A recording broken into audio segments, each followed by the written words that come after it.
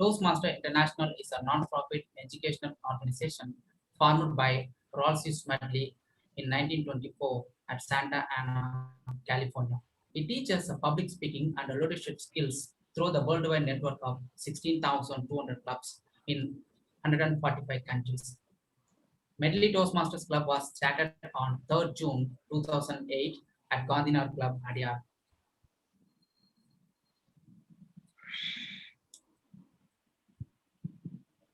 I would like to share the mission of the Toastmasters Club.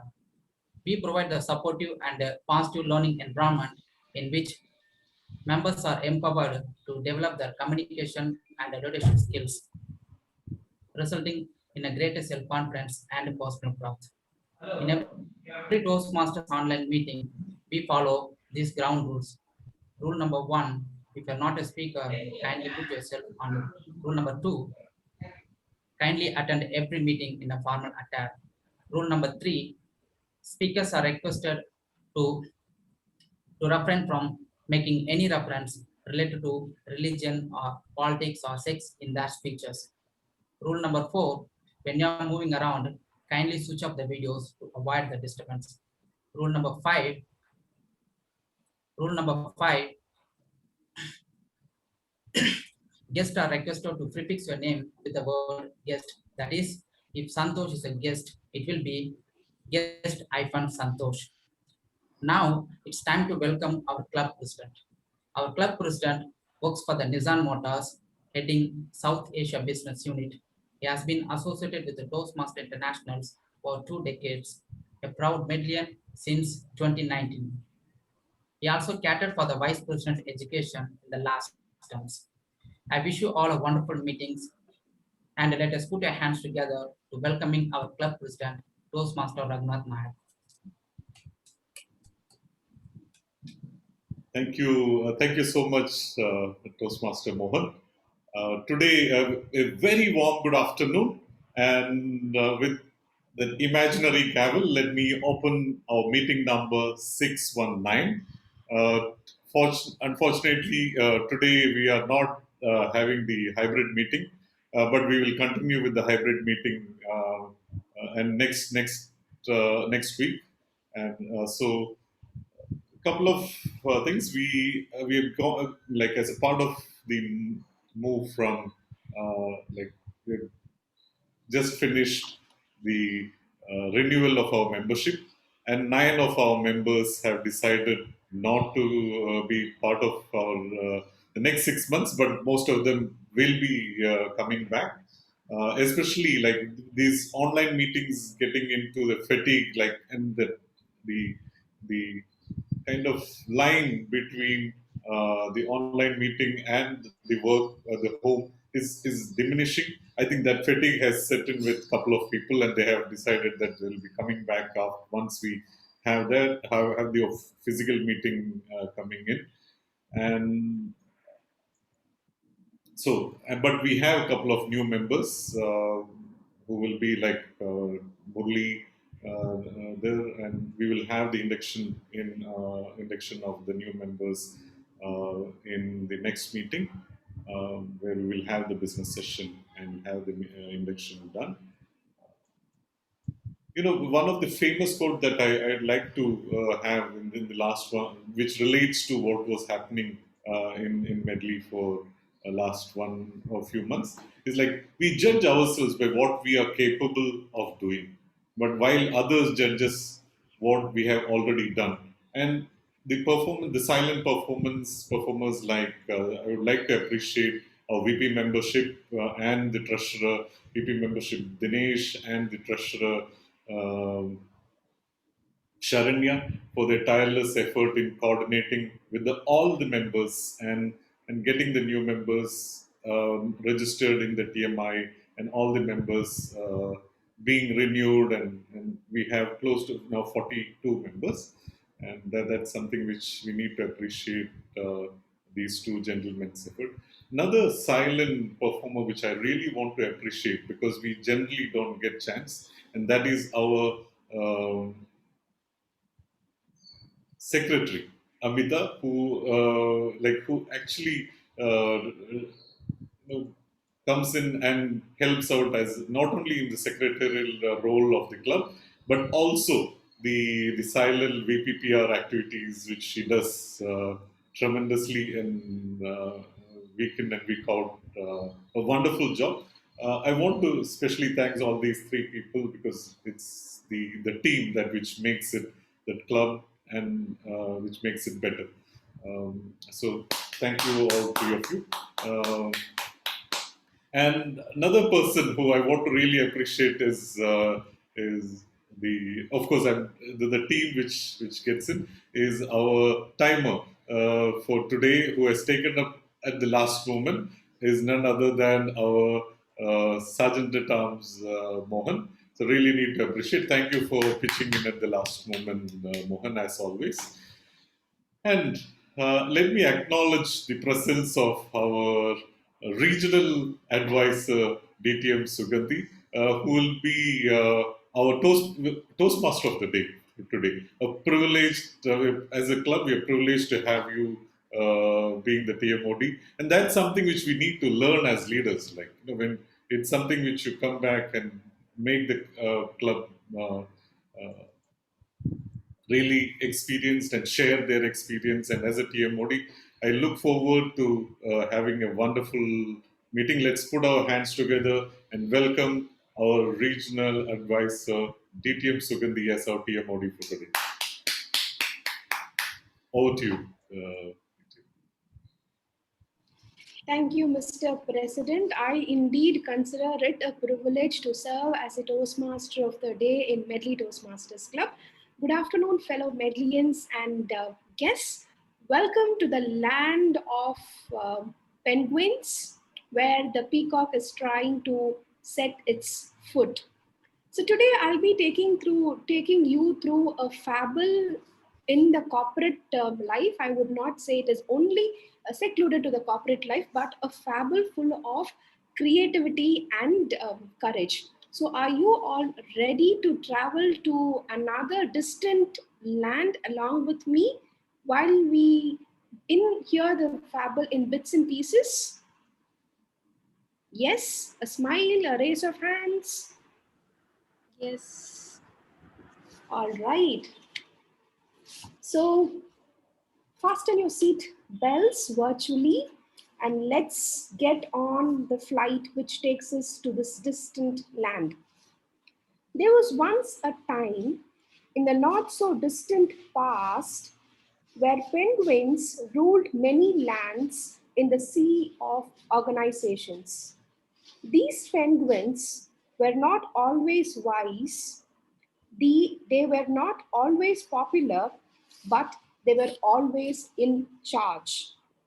Birds who aspired to move up in their organizations were encouraged to become as penguin as possible, to shorten their steps and learn the penguin stride, to wear penguin suits and follow the example of their penguin leaders. Penguins advised in a subtle way. This is the way we do things here. If you want to be successful, be like us. Everyone really knew the penguins had always been in charge and the penguins would always be in charge. It was also very clear to everybody who the important penguins were. It was also clear that the penguins felt most comfortable around each other. Now, ladies and gentlemen, does this penguin sound similar to people that we have come across in a corporate life? Or at times could be among the acquaintance circle that we are part of, or perhaps even at home. Have you heard people say, this is how we do things, you better learn how to do it, especially when you want to try and be a little more creative, or when you propose a new process which could bring in a lot of productivity or bring in a lot of creativity, bring in a change for the good of people. Have you ever come across penguins or have you been a penguin yourself? So while we try to figure out, have we found penguins or have we been the penguins sometime, let us now put our hands together to welcome our general evaluator, whose feathers are as colorful as the peacock, and one of the most colorful feathers that he has in his group of feathers is he was the instrumental person in chartering the first all women's club in the Middle East. I think that is a remarkable achievement in all itself, when we never thought of having an all women's club. So you were, I think, sir, a penguin in the land of peacocks. So let's put our hands together to welcome our general evaluator, Toastmaster Sundaresan.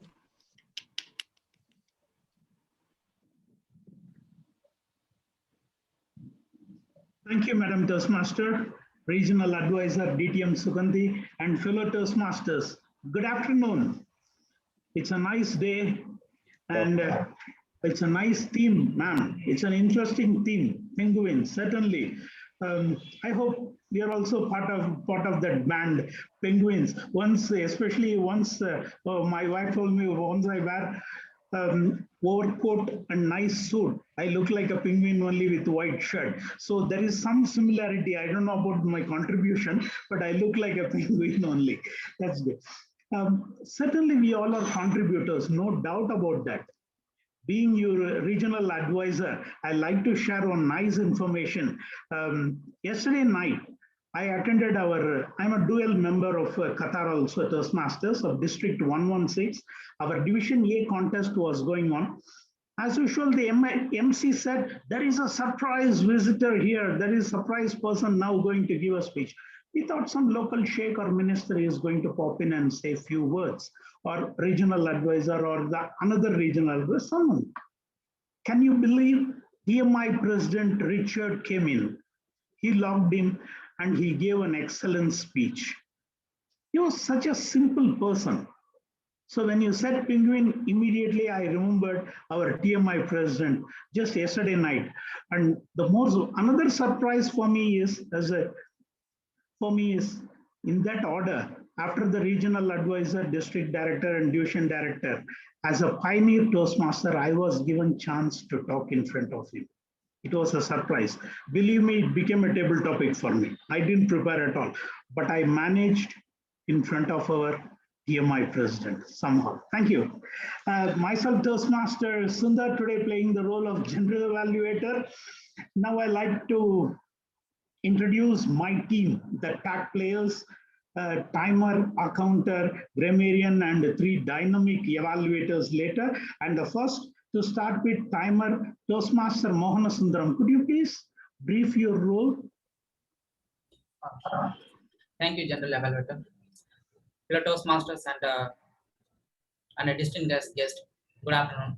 As a timer, I will time the prepared speeches, table topic speakers, and the evaluations. I will also alert each speaker of the time they have left using green, yellow, and red cards, which denotes the specific time periods. At the beginning of every speakers, like prepared speeches, table topic speakers, and evaluations, the white card will be flashed, which indicates that the starting point. For the prepared speeches, at 5 minutes, I will flash the green card. At 6 minutes, I will flash the yellow card. At 7 minutes, I will flash the red card. For the table topic speakers, should limit their remarks to no more than 2 minutes. At 1 minute, I will raise the green card. At 1 minute 30 seconds, I will raise the yellow card. At 2 minutes, I will raise the red cards. For the evaluations, it should be 2 to 3 minutes. At 2 minutes, I will raise a green card. 2 minutes 30 seconds, I will raise a yellow card. And at 3 minutes, I will raise the red cards. Thank you, and over to general evaluators. Thank you, timer Mohanasundram. You are a dynamic Toastmaster. I have seen you as a timer in one of the contests. Keep going, young man. Next, the role player accounter. I request Toastmaster Karthikeyan to brief his role. Toastmaster Karthikeyan.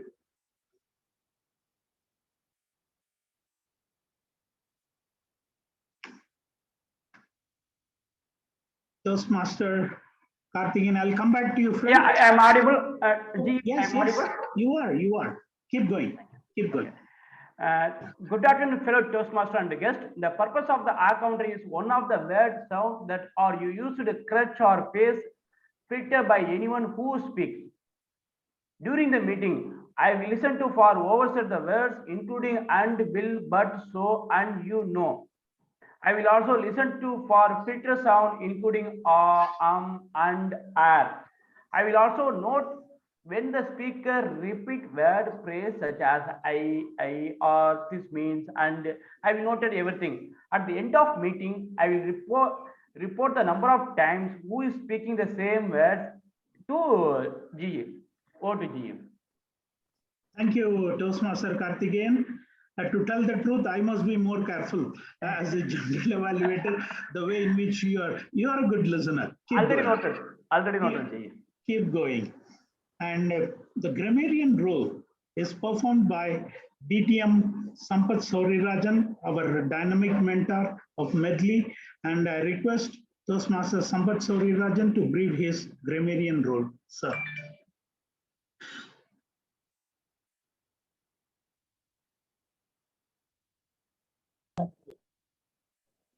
Am I audible now? Yes, sir. Okay. Good afternoon, General Evaluator, Regional Advisor, President, fellow Toastmasters, and guests. Today I am the grammarian. Grammar is a set of rules created by our ancestors to have uniform understanding of whatever we say. Grammar is not something to be afraid of. Anything about the language, grammar, pronunciation, accent, diction, never be afraid of. Start expressing yourself and in the process slowly keep improving on all these aspects.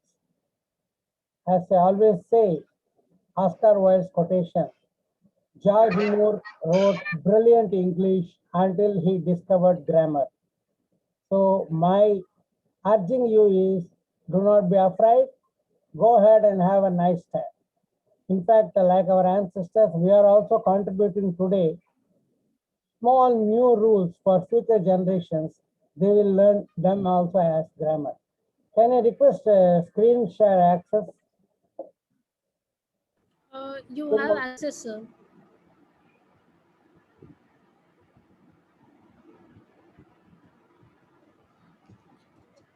You have access, sir. Can you try doing a Yeah. screen share?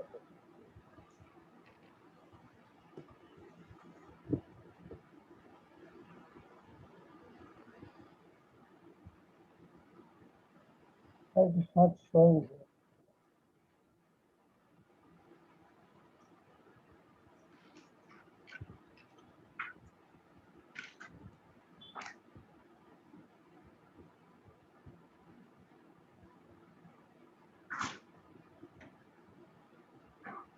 Okay, I'm not able to get it. I don't know why. Anyway, today's word of the day is a very good, well-known word, outstanding. I put this word deliberately against the theme of the story, the penguin, and here the peacock is outstanding among the penguins. This is what most of us try to do in life. Wherever we go, we want to show that we are unique, we are special, we are outstanding. Outstanding is an adjective, meaning is extremely good or excellent. Extremely good or excellent. You can also say different, unique. There is another meaning which the treasurer will love, means outstanding dues means amount to be paid. I don't want that to be the main usage today because the positive, appreciative usage of the word outstanding is excellent or extremely good. Now, our general evaluator mentioned about Division A contest in Qatar yesterday. I was part of it yesterday. My one-time mentee, DTM Sunil Kumar Menon, won the first place in all the 4 contests. That was an outstanding performance by an individual. Back to the general evaluator. Thank you. The grammarian led by DTM Sampath Saurirajan. You are an outstanding Toastmaster, sir. You have so, as a mentor, you have contributed as a penguin only. And yes, yesterday your mentee won 4 categories, first prize in the division level. It's a credit for you, sir. Over to Toastmaster of the day. Good luck, ma'am. Regional advisor, yes. Thank you, Toastmaster Sundaresan, our general evaluator. All right, while the penguins were outstanding in their leadership abilities, there came a time when the things began to change in the land of penguins. Senior penguins would visit other lands where they encountered interesting birds who impressed them with their management talent, experience, and accomplishments. Rings a bell somewhere? Some team manager, some team leader wants to suddenly come and recruit us because we did quite well in one team meeting, or we did quite well in a particular project. Or suddenly you get a call from the XCOM officer says, why don't you be part of the next XCOM, or why don't you be part of a subcommittee, because they saw a sparkle in you. All right. So what did these penguins do when they saw all these colorful, interesting birds? The penguins thought, these birds are not penguins, but perhaps they could become penguins if we brought them to our land and trained them in penguin ways. Surely, these impressive and unusual birds could adapt to the life in the land of penguins, and the talent they bring would make us even more successful. And this was how Perry the peacock came to live in the land of penguins. Before we move on to hear the rest of the fable as to how Perry the peacock started surviving in the land of the outstanding penguins, I think it's now time to move on to the prepared speeches sections of our meeting. Like every normal regular medley Toastmasters meeting, today's meeting will also have 3 sections. The first being the prepared speeches sections, where some of our members have prepared based on their project pathways objectives. The second is the impromptu speaking session, which is called as table topics. And the third is the general evaluation section, wherein we will receive feedback for all parts of all segments of today's meeting, starting from the prepared speeches, the table topics, and the role players will also receive a feedback, a positive and a constructive feedback, both comprising of positive and areas of improvement. So moving on to our prepared speeches section, the first speaker is really a penguin. As far as I know, I have been acquainted with him for nearly a decade now, and he has a lot of colorful feathers on his cap. We fondly call him as the Shakespeare of Toastmasters. Before I move on to call him to the virtual stage, may I now request his evaluator, our PR guru, distinguished Toastmaster Thomas Abraham, to read out his objectives. Thank you very much, TM Modi, for motivating each of us. Today, Toastmaster Tyagarajan is approaching the summit of level 5 in dynamic leadership path. In that, he's going to attack the professional speaker project, where the title, the purpose given is too frugal. Let me first do justice to the purpose given. It says the project is to practice developing and presenting a longer speech. I think it deserves to be described better. Elsewhere, it says it's a keynote style speech. It's a keynote style speech of a professional level speaker. It's more like that. So, and the timer, please note, the time is 18 to 22 minutes. And the title is Sorab and Rostam. Sorab and Rostam, the speaker is Toastmaster Tyagarajan. Over to you, TM Modi. Thank you, DTM Thomas. Now let's put our hands together to welcome TM Modi and Evaluator. Yes, I'm very proud about it. Okay, now, title of the speech is Sorab and Rustam. Now, let me take the, yes, audibility and visibility, please. I want clearance, audibility and visibility. Then only timer, please note. Audibility and visibility. You're good, sir. Okay, Ah, okay, okay, oh, no. Because, okay. Now, let me take the audience to Azerbaijan, a Central Asian country. There, in a remote hamlet, far away from the madding crowd, we see a small cottage, inside which you see an old lady. She was struggling for survival. Yes, perhaps she was in her last moment. And by her bedside was her only son, Soram. Yes, he was a youngster with a well-built physique. You can see rows of youth in his face. But now he looked very pale and with a sickened heart.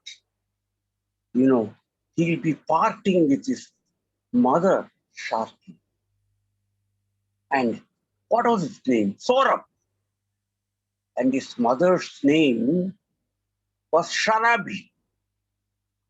And Sharabi, in her last moment, yes, gestured to Saurabh to come here. Saurabh, my only son you are. No, I am going to die with the secret to this Saurabh. I will breathe my last. You've been pestering me day and day. Who was your father? Very pertinent question, Saurabh, very pertinent. And also very easy.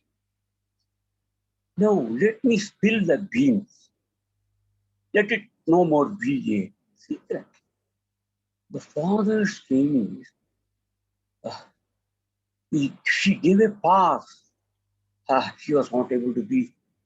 Saurabh, your father's name is Rustam. Rustam. And look at your forearm, Saurabh. Then Saurabh hurriedly looked at his forearm. There was an emblem tattooed. This is your family emblem. Mummy, tell me, Mummy, how did he die? No, Saurabh, he did not die. He was a great warrior, outstanding warrior for that. And he aspired for a son so that he could bring him up as also a great warrior like him. When I was expecting Saurabh, it was very unfortunate. He consulted a few astrologers, you know that. They all predicted that I would be getting daughter. Yes. He was frustrated.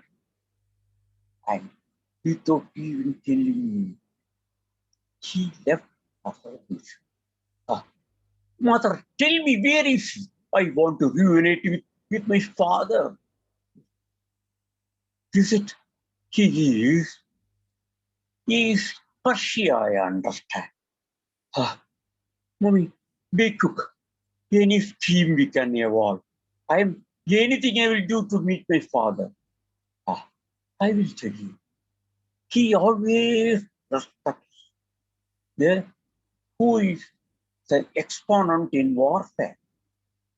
You are a specialist in that art.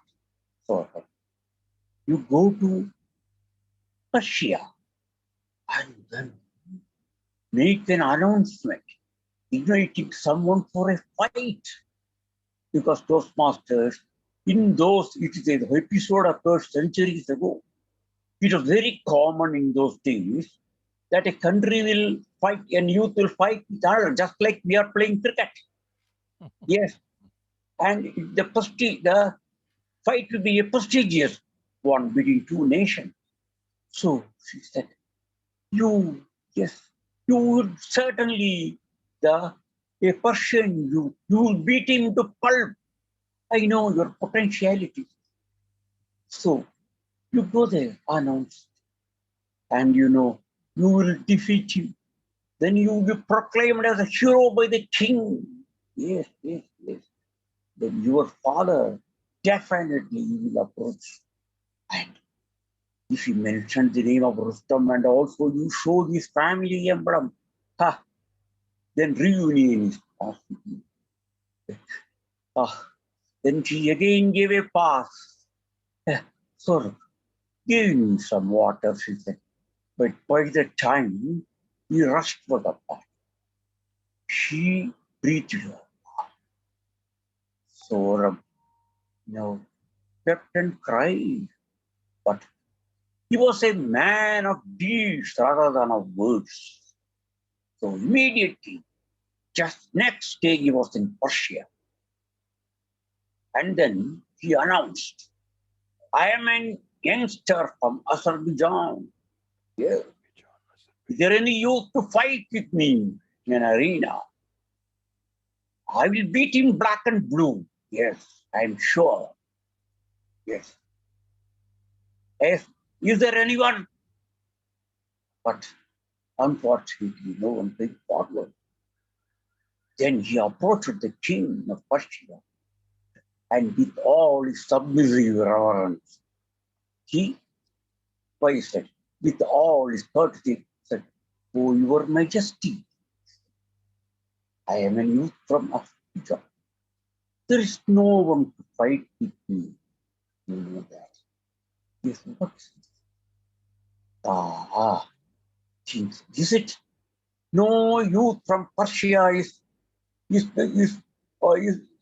prepared to take up our challenge.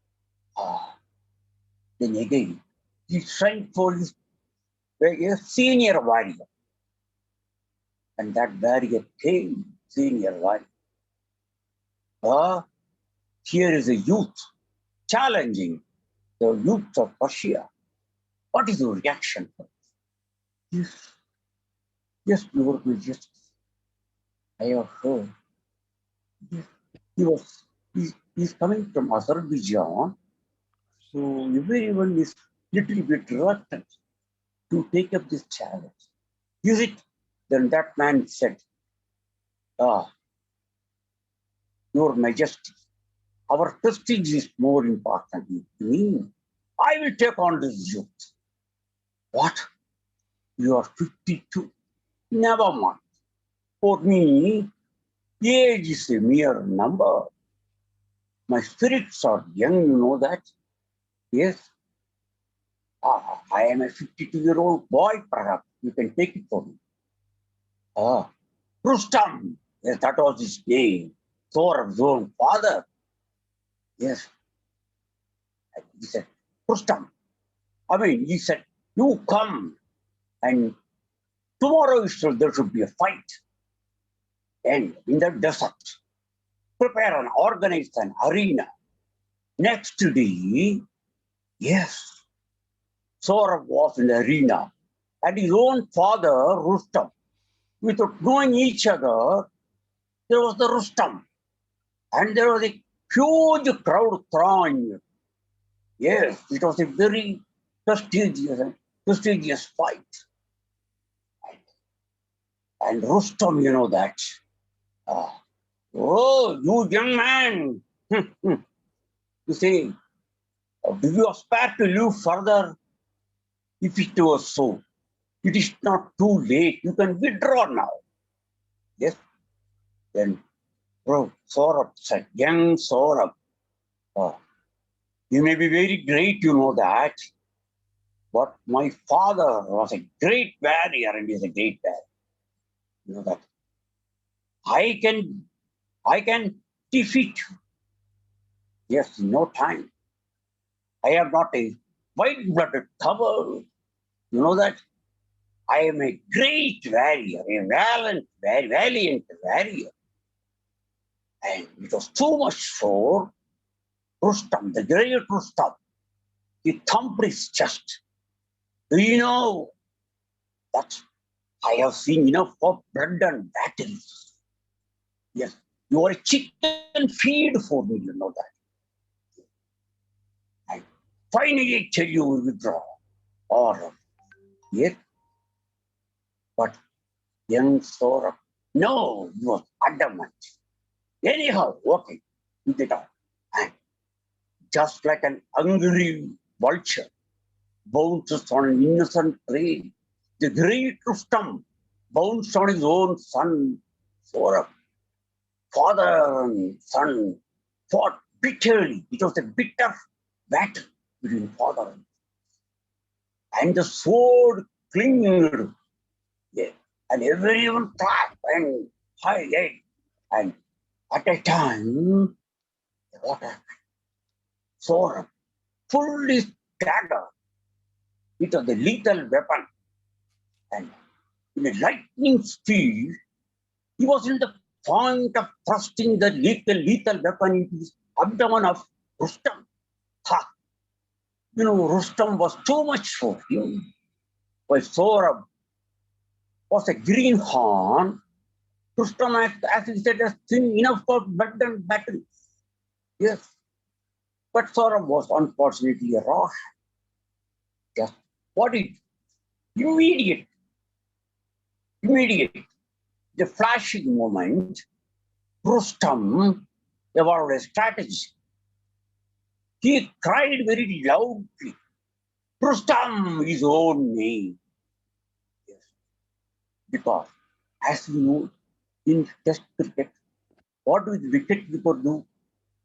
In order to upset the concentration of the batsman, he will make some noise. Yes. Similarly, he played a gamesmanship. What is that? He cried his own name, Rustam, because the dagger was almost to be plunged in his abdomen. That was sufficient for Sora. His concentration was such that it caused a lapse. Oh, that's what for Rustam was looking for. He pulled out the cupboard, he pulled out the fold from his cupboard, and in a fraction of a second, he plunged the sword into the abdomen of his own son, Sora. The blood started oozing out. Injury was, of course, a fatal one. And yes, now Rustam, the great Rustam, yes, he was roaringly healed up. He grinned at a ghastly smile, symbolizing his victory. Did I not tell you, the young man? Yes, I warned you. Yes, now you're paying the penalty for your ignorance. Yes. And, you know, did I not tell you you are a chicken feed for me? Don't accuse me. But Sora, Rustam, I concede my defeat. But I'll be breathing, Mela. Yes, I am gasping for breath. Rustam, oh, my man Rustam, I want to know, did he have a wife by name Sharabi? Yes. And why the hell did you desert her? Man, she was expecting for a child. Yes. And she then, why you divert the subject? I had a wife by name Sharabi. And you know, yes, I deserted her. Man, I am. See, look at this emblem. Last, there are only a few moments for me to be. Come on, see, man, this emblem. And the great Rustam came down and saw the emblem.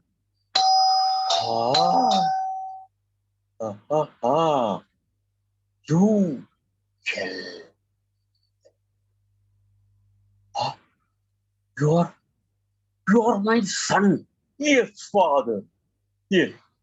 This whole scheme was devised to be me and my mommy Sarabi. You know that. He is no more. Yes, I am your son, and you are my father. Yes, yes. Oh, how the destiny has played its trick. No, I curse destiny. I curse my fate. Yes. The father, you are the only one man and one man for whom I was looking for. It is, yes, that it is very unfortunate, and it's a course of fate that I will meet my father in an arena as an opponent. What saw this? Oh, Rustam, oh, my only son. Yes. There has been a conspiracy of circumstances.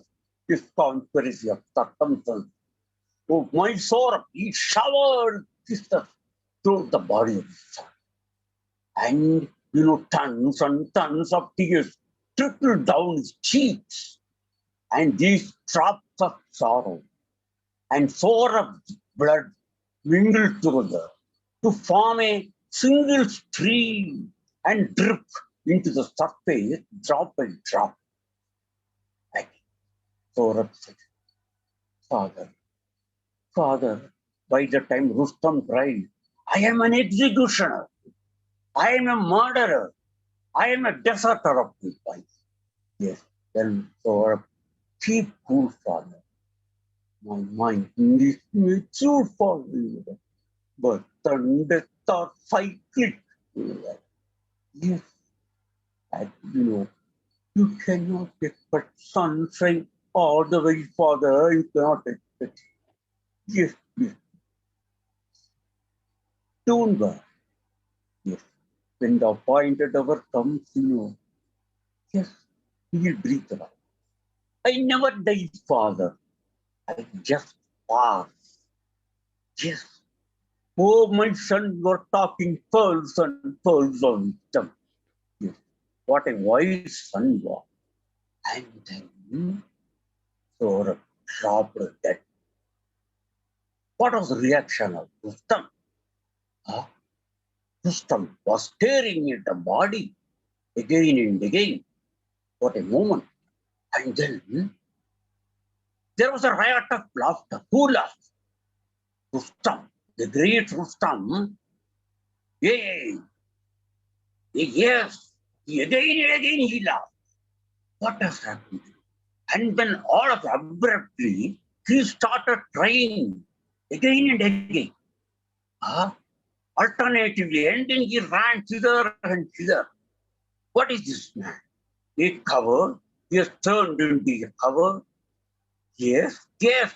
The man who thumbed his chest few months back, who had seen enough of blood and battles, now he is the third cover, the white-blooded cover. Yes. And why does he alternatively, ambivalently laugh and cry? Yes, Rustam has turned insane. Yes, he has turned insane. And then suddenly he hugged his son's only son's body, cried, Saurabh, Saurabh, Saurabh, Sharabi, Sharabi, Sharabi. Pull the sword. Hey, you are the one who claimed the life of my son. No, your thirst still will be unquenched. Come on, take it, mine also. And then plunge the old dagger in the sword, the lethal weapon, into your own abdomen. That is the sad and emotional story of Saurabh and Rustam. The message is very clear, Toastmasters. Duty is divine. Duty is supreme. Duty is God. When you are in duty, you should be perfectly detached, especially for a soldier. When he's battling, should not have any passion, son, father. No, that's the message. And this is not my story. This is a story of a lengthy poem authored by Matthew Arnold. Yes. An illustrious English poet. I adore that poem again and again read it. That is masterpiece. Matthew Arnold's masterpiece. Yes. Okay. Thank you. Thank you very much, Tyagarajan sir, for such a gripping, melodramatic story with a slightly sorrowful ending, but with a very profound message. Thank you very much. All right, ladies and gentlemen, so where were we in the land of penguins? We just talked about that the peacock was welcomed into the land of penguins. Now, do you remember the first time when you were introduced by your team manager to the rest of the team, or sometimes perhaps your parents were introducing you to your relatives? And this is how they would usually give us a very colorful and interesting introduction. Terry the peacock was a very talented peacock who had accomplished some very impressive things. He could write well, he was excellent in managing his budgets, he was creative and imaginative, and at the same time, practical and sensible. He had many friends and admirers in his own land and was very popular and well liked. Don't you think that we all sometimes, even in Toastmasters, I think this is how the vice president membership usually introduces all the new members when they join a Toastmasters club. All right, we will now hold on to the hang on or temporarily take a temporary break from the land of penguins and see what the peacock is going to do in the future in the next few minutes. But before that, let us now invite our second speaker, who is indeed a penguin in the land of, who's actually a peacock in the land of advocate penguins, because he's a protector of intellectual property.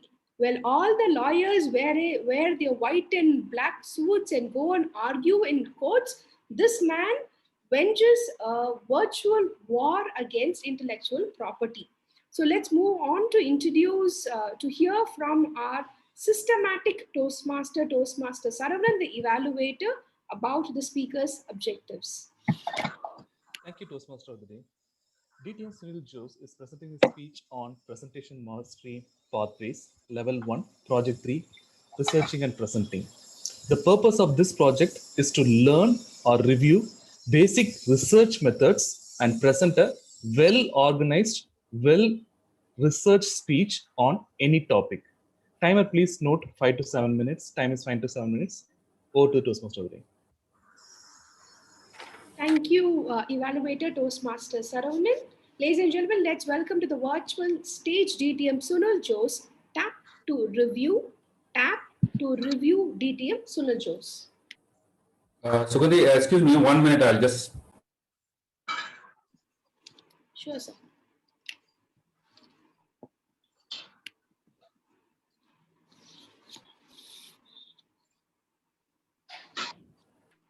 Okay, sorry, there was an emergency. Am I audible? Yes, you are, and you're visible as well. Okay, thank you.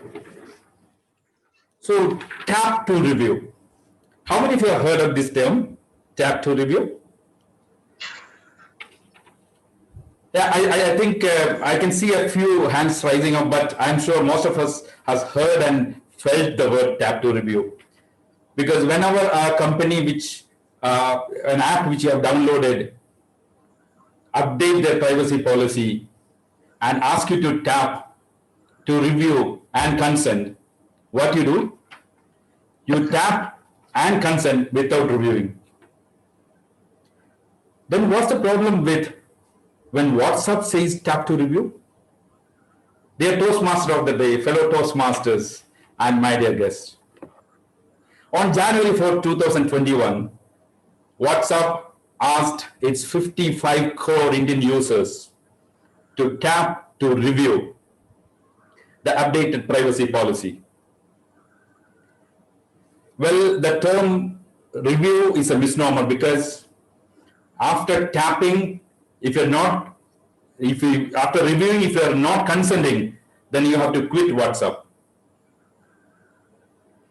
So there was a huge problem, like many people deleted the WhatsApp, they came out of WhatsApp, the number of subscriptions to the rival message apps has gone up Finally, what WhatsApp did, they extended the deadline to May 15. Many people from the club and some of the clients and all asked me, so what is this fuss about? Because we are not much aware of this. So let me explain this way. Suppose, just imagine that you have agreed to WhatsApp's conditions to review, and you agreed and consented to all the updated WhatsApp policies. And then thereafter, you are exchanging a message with your doctor or your friends in WhatsApp about your medical conditions. There is a chance that tomorrow your term of insurance, health insurance, can be affected because you have agreed to exchange the information which collected by WhatsApp to the potential businesses, including your health insurer. So the natural question which comes to every Indian is, okay, then I will opt out. So here is the catch. Unlike the 2016 update last time, this time WhatsApp has not given an option to opt out.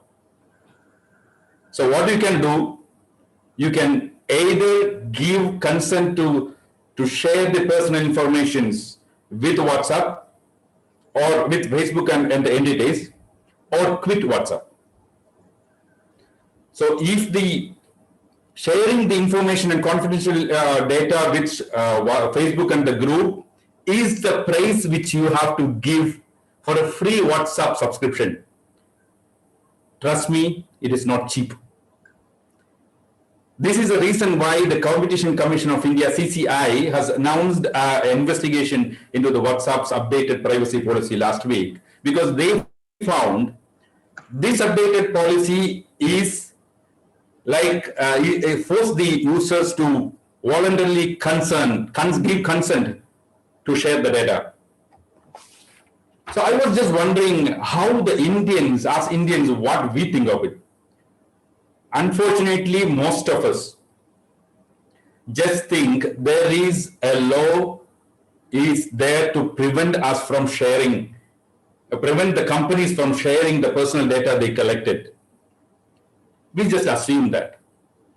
Even in a developed country like Australia, there was a survey conducted in 2018 by Australian Competition Commission to find out what the users think about privacy policies. Almost 40% of the users thought that if there is a privacy policy in the website, then the companies will not sell your data. You just imagine if such a survey is conducted in India, I'm sure more than 80% of the Indians will think that the data collected by WhatsApp or any companies will not be sold or misused. Generally, the Indian mindset is that we realize the risk of such data breach only when we hear about data breach. For example, last week you would have noticed there was a news like millions of data of millions of users of the fintech company MobiKwik is available for sale in the dark web. So there was a lot of confusion going on between MobiKwik and the users and the security agencies. So what happens after that? We hear it, we will be concerned, and finally, after some time, we assume that, okay, we have a feel of a sense of deceit, and then we resign assuming that the collection of data is inevitable and nothing will happen because it's common, something like that. My dear friends, the collection of data, including your personal data, including your financial vulnerabilities, your expenditure patterns, location, eating habits, medical data, this is beyond what you think. Because this can be used by companies to profile and use to take advantage of the needs and vulnerabilities of users. So what is the immediate solution? The immediate solution is that the government is already working on it to bring a law to minimize the collection of the consumer data, to minimize so that it commensurate with the benefits we are getting out of it. So until then, we cannot sit idle. So what we have to do, until we get a proper law shaped your API and tap to review and stop the collection of unlimited and personal information, so that you don't allow them to sell the data and exploit. Over to you, Toastmaster of the Day. Thank you, DTM Sunil Jose, for questioning our awareness and for helping us to migrate from socially responsible people to social media responsible people, thinking what happens to the data footprint that we leave behind. Thank you very much. All right, ladies and gentlemen, we were talking about this fabulous introduction that this colorful peacock, the Perry, had received in the land of penguins, right? So when we get into a new atmosphere that we are not familiar with, could be moving into a new locality, could be moving into a new team and office, or for that matter, when we joined Medley Toastmasters as new joiners, what do? So this is what Perry the peacock also did when he initially went to the land of penguins. Now, Perry was very careful in the beginning not to display too much of his colorful nature. So he kept his feathers folded up much of the time and would occasionally flash them open to dazzle the penguins with full range of his talent and color. He was confident that when he produced good results for the penguins would fully embrace him in all his peacock glory, and then he could relax and just be himself. Have we ever tried to change from our own selves just to fit in with the larger crowd? Has it shaken up our genuineness, our own self-worth, and have we questioned, are we really worthy enough to be part of this particular team? Are we really good enough to be part of this particular club? Do we have to change? Do we have to improve to be called as one among the rest of the group? With so much of self-doubts, have we been through this journey like what the Perry the peacock is right now undergoing? All right, while we hold on to that particular thought, let's welcome our third speaker, who is also a very colorful penguin, a master storyteller, and an IAS aspirant. Before we move on to invite our speaker to the virtual stage, may I now invite another literally colorful peacock, Toastmaster Priyadashni, the evaluator, to spell out the objectives. Yes, thank you so much, TMOD. Jagannathan is attempting. Priyadashni, we are not able to hear you. Okay. Is it fine now? It's better, but it's feeble. Okay. Jagannathan will be attempting persuasive influence level 2 project 1, understanding your leadership style. The purpose is for the member to identify his or her leadership style, and the purpose of this speech is for the member to share some aspect of his or her leadership style in general, and the time allotted is 5 to 7 minutes. All the best to you, Jagannathan.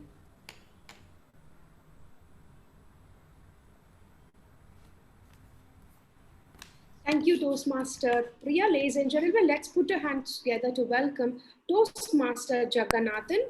Rahul versus me versus Amit. Rahul versus me versus Amit, Toastmaster Jagannathan.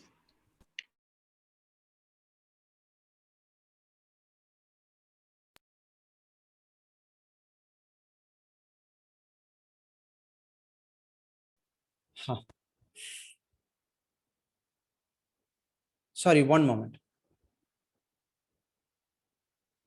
Am I audible? Yes, you are, and you're visible as well.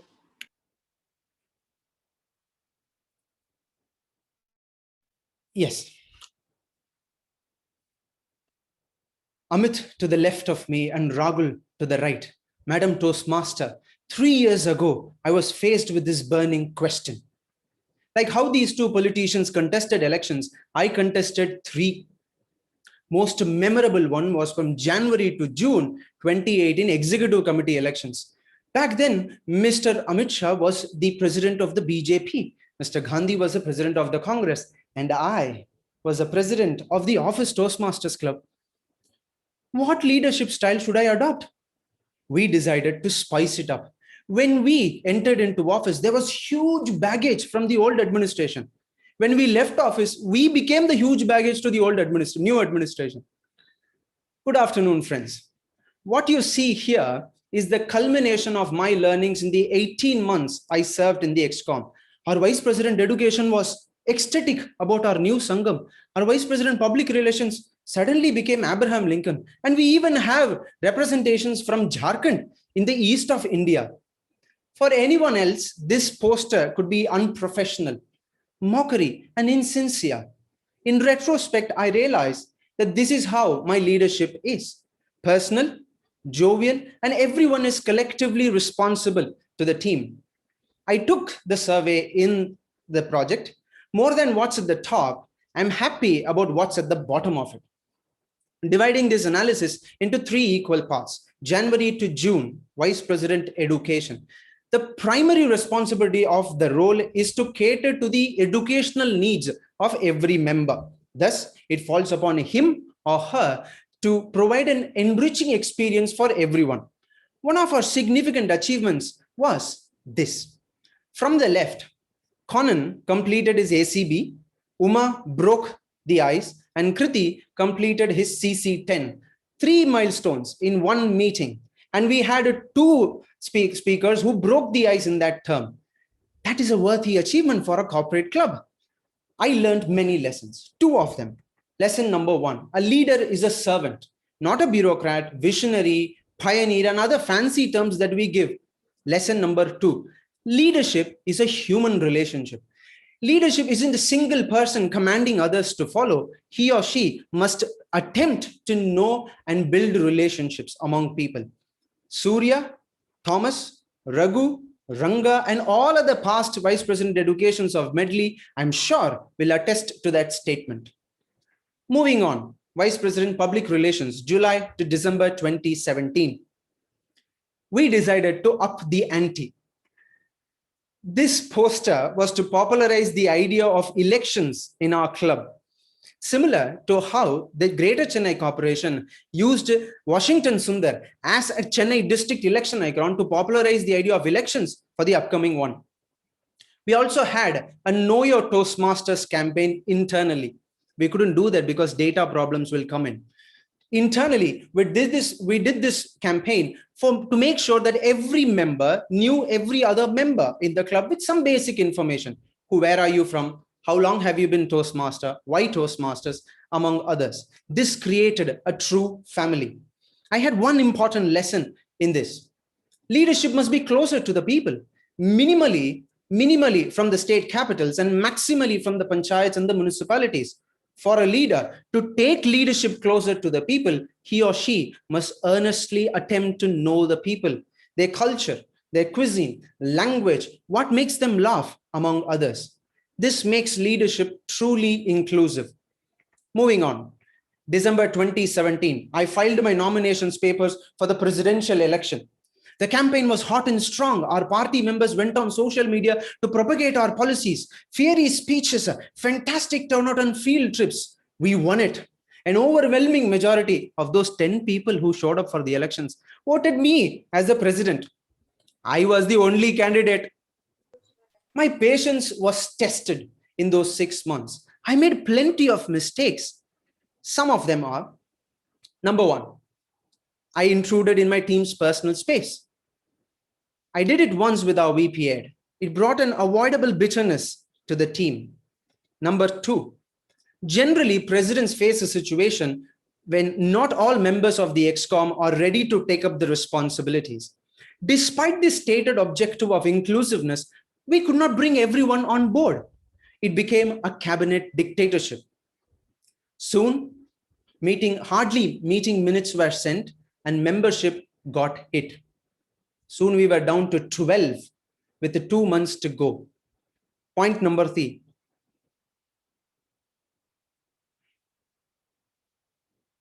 One moment, I have to share the screen again. Point number 3. How do you get work from someone who does not want to work? I only wish I had learned and handled that back then well. Nevertheless, there was one important lesson that I learned. One moment. When you emphasize inclusiveness, harmony, and teamwork, it reaps dividends. I still remember that one afternoon when the district director and the division director had come down to our office to discuss about the dropping members. Our team was not represented by me, but by us. Our VP Ed and VP PR took it upon themselves so that we could get to 20. Going back to the survey, I have not, in the interest of time, I could not dwell upon the authoritative and the innovative styles of my leadership.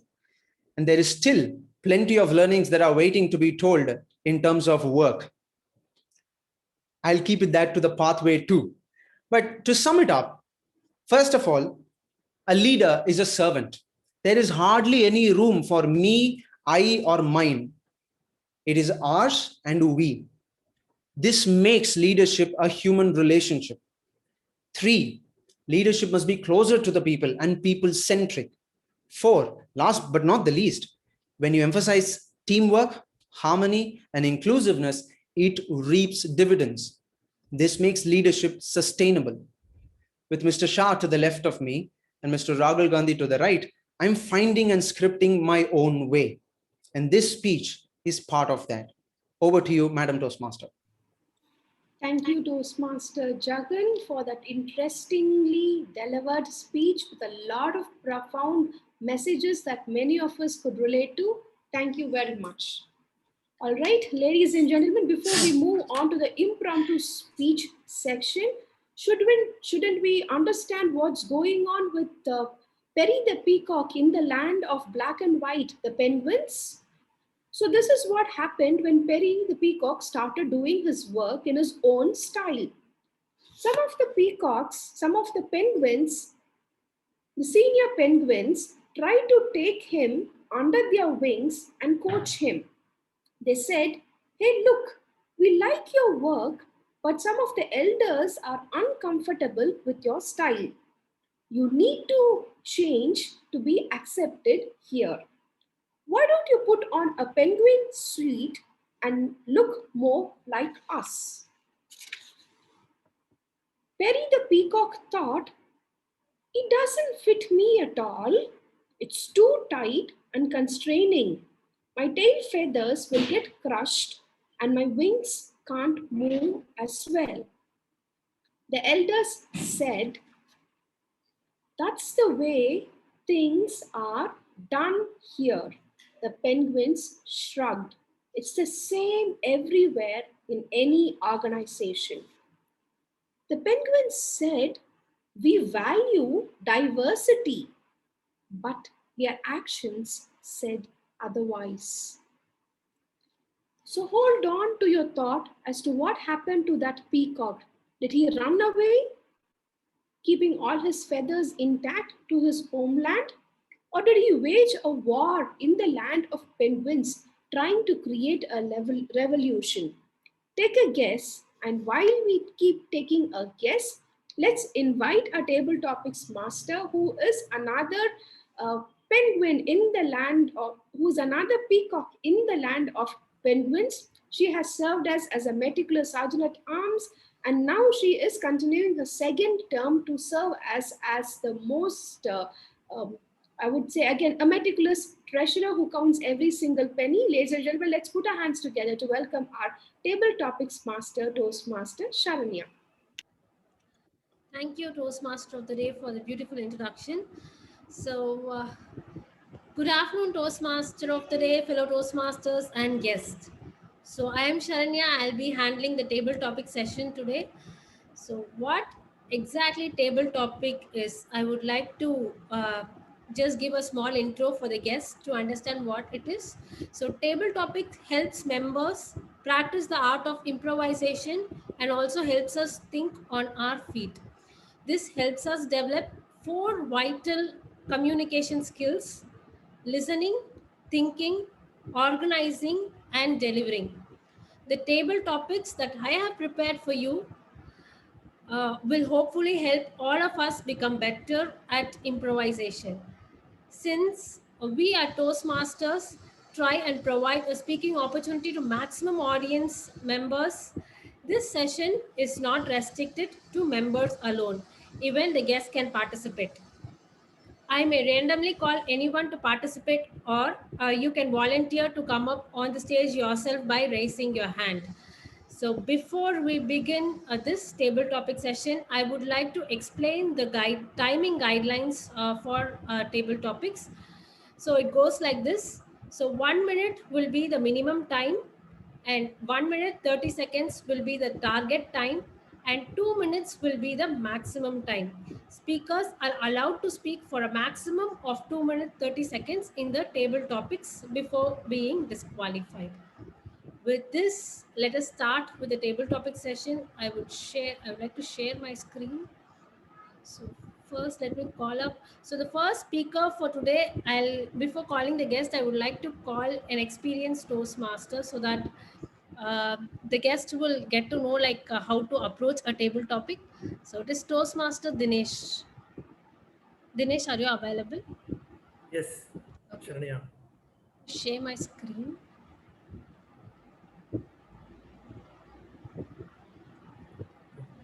Here goes your topic.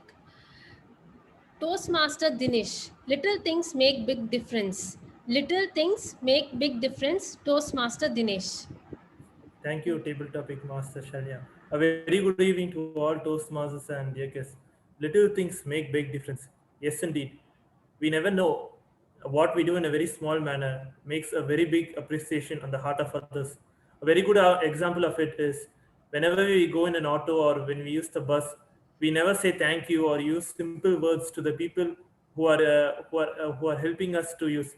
We always seem that they are obliged to do that, or it may be even the people who are collecting garbage outside our houses in the roads.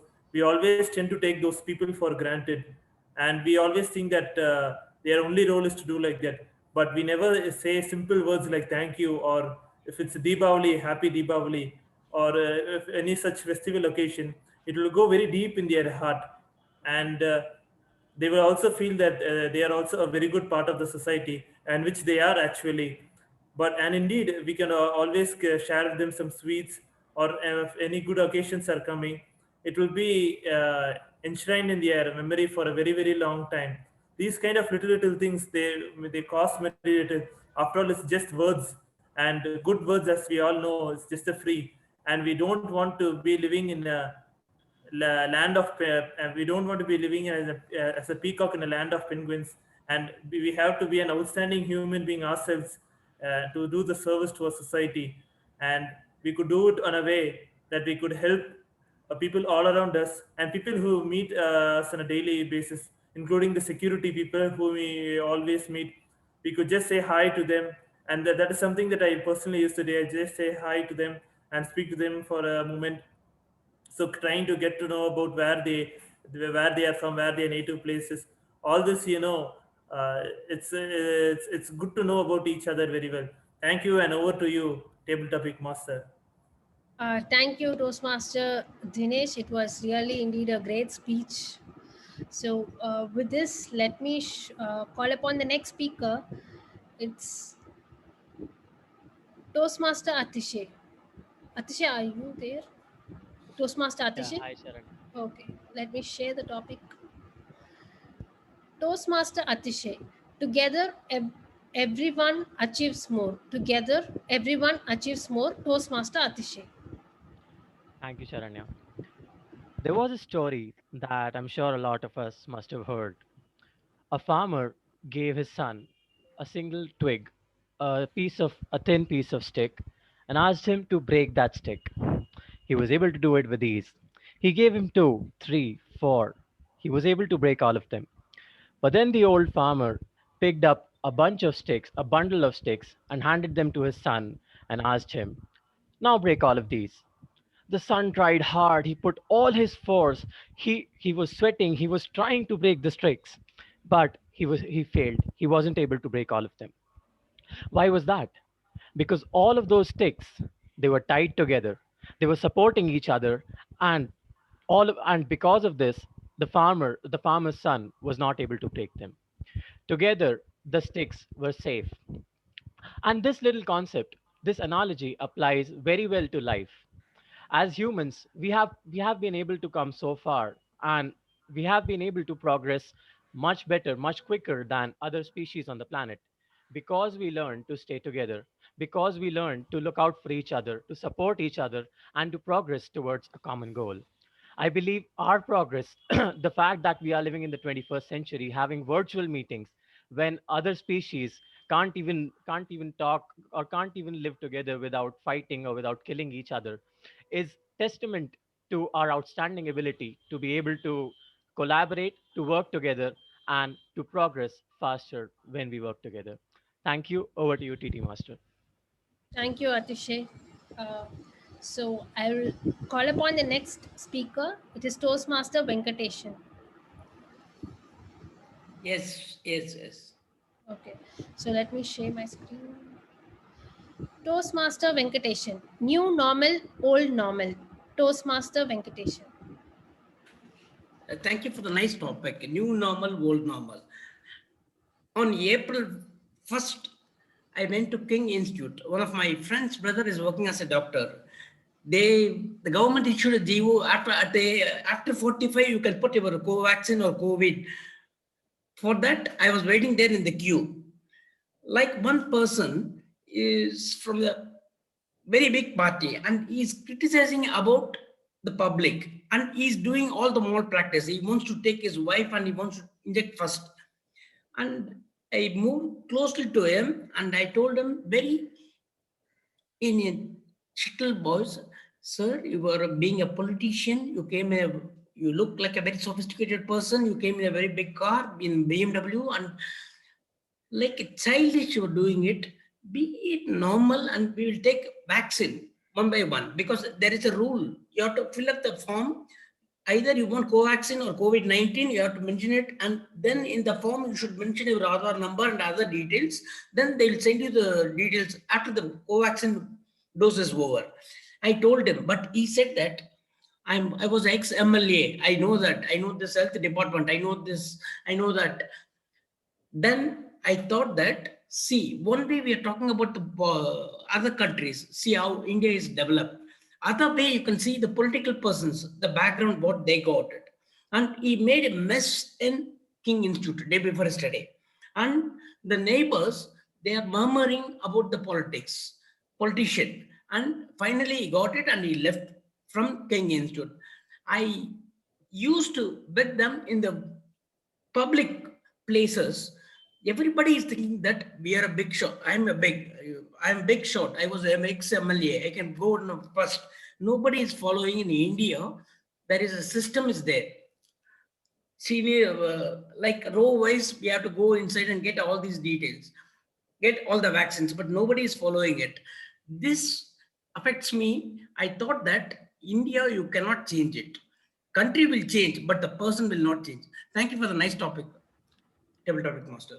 Thank you, Toastmaster Venkateshan sir. So hearing about the COVID vaccine, so hope everybody will take the vaccine soon and we'll be back to the physical meeting.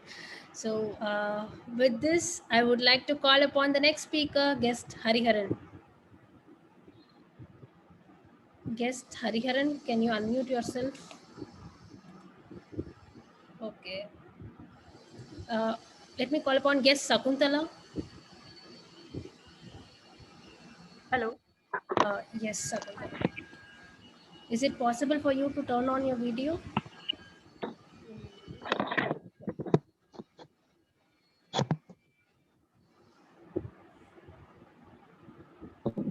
Okay, thank you. So let me share my screen for the topic. Yes, Sakuntala, hard work beats talent. Hard work beats talent. Yes, Sakuntala, over to you. Thank you, Topic Master. Definitely. When we were born, we can speak, we can't speak. That doesn't mean we can be a great speaker because talent comes when we were born. But with hard work, when sometimes some people stammer, some people can't speak different languages.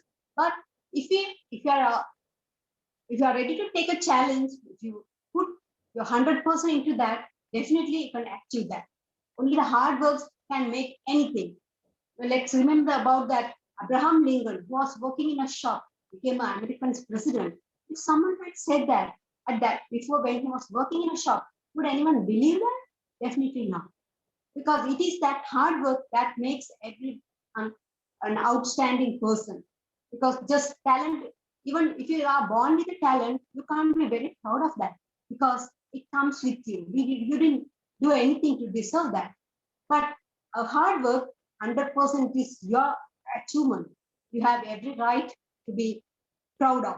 So I think because with this hard work, we can achieve anything. Even if you have some talent, if you just don't do anything, that is like a stagnant water. You live there.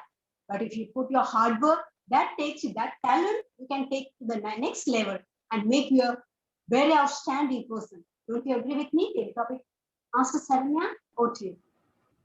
Thank you, Shakuntala. That was a great attempt on the topic. So, our next speaker will be Toastmaster Muralidar. Yeah, good afternoon. Yeah. Can you come on video, please? Madam Toastmaster, can you please remind the word of the day and theme of the day before we proceed? Thank you. So, please kindly use the word of the day, which is outstanding. And the theme of the day, peacock in the land of penguins. So, thank you for reminding Sambat sir. So, Toastmaster Muralidhar, are you available? Yes, ma'am. Yeah. Okay. So let me share your topic. Toastmaster Muralidhar, what does your joy look like today? What does your joy look like today, Toastmaster Muralidhar? Thank you for this topic, ma'am. What does my joy look like today? So, after the 1 year of, the pandemic situation that we have, all of us have had, looks like, now the vaccinations are, the number of people who are getting vaccinated are increasing. So that's a big ray of hope where we are going to surely come back to normal, though that's not going to be the old normal, but we are going to have a new normal.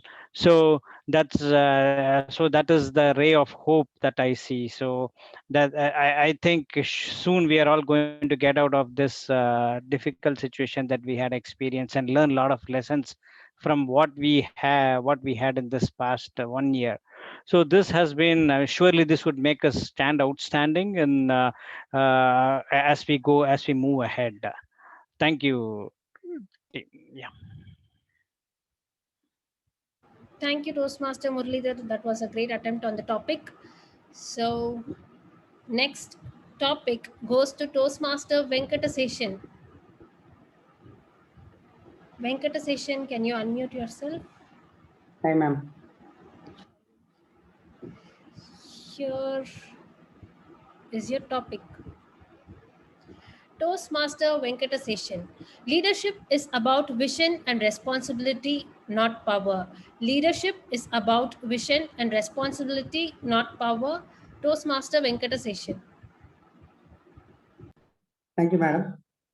Leadership. Whenever we talk about leadership, as we have seen in Toastmasters, there are different types of leadership. But I would like to take the cue from Jagannathan's speech today.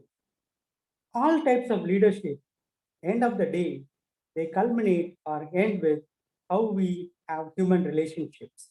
It's not the power, it's not the strength, it's not the money that we own or how much rich we are. It is more about wherever the position you are, how you make relationship with other people, your neighbor, your colleague, your junior, your senior, whoever it is. If you are having a very good relationship, that creates the best of the leadership traits.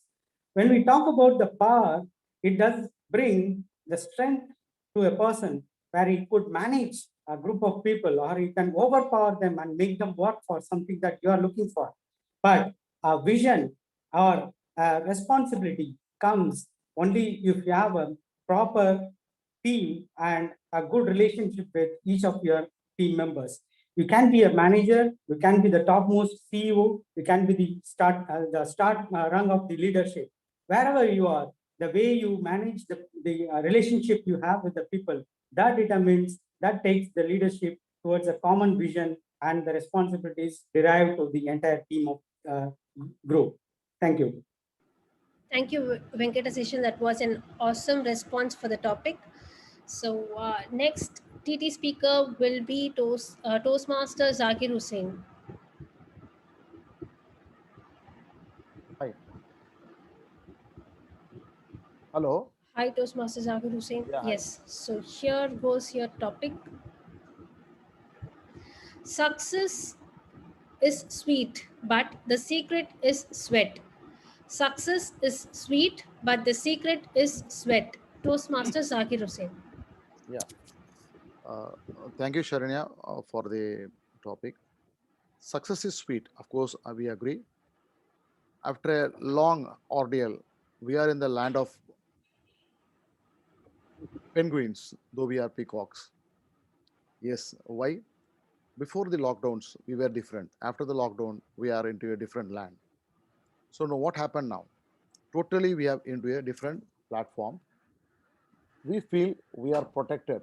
We are more protected and we are very happy and healthy because of the secret is hard work. We sweated a lot. We had a great ordeal of come out of the 8 months of a bigger lockdown. That was outstanding. Indian population, India is a hugely populated. Still we were able to control it. That was a sweat. We controlled our desires. We controlled our food. We controlled our hours of listening, living. And today, yes, we taste the sweet success. We got COVID vaccines. We have a lot of things, but the kind of ordeal, the kind of sweat, which is gone beyond limit. That's what always I think. Success can be sweet only when the secret is a sweat. Until unless you sweat it out, you can't get a sweetest signal. So this example very aptly comes in the COVID period. Yeah, I truly believe the moment you want to taste the success, it will be salty. The success is not sweet. It is a sweat that makes you success. That's an excellent, outstanding topic you have given to me. Thank you. Thank you, Toastmaster Zakir Hussain. So let's have our last topic, which goes to guest Vimala. Guest Vimala, can you unmute yourself? Okay. So the next guest is guest Avanish. Guest, are you available? Avanish? Yes, ma'am. Okay. Can you switch on your video? Yes, ma'am.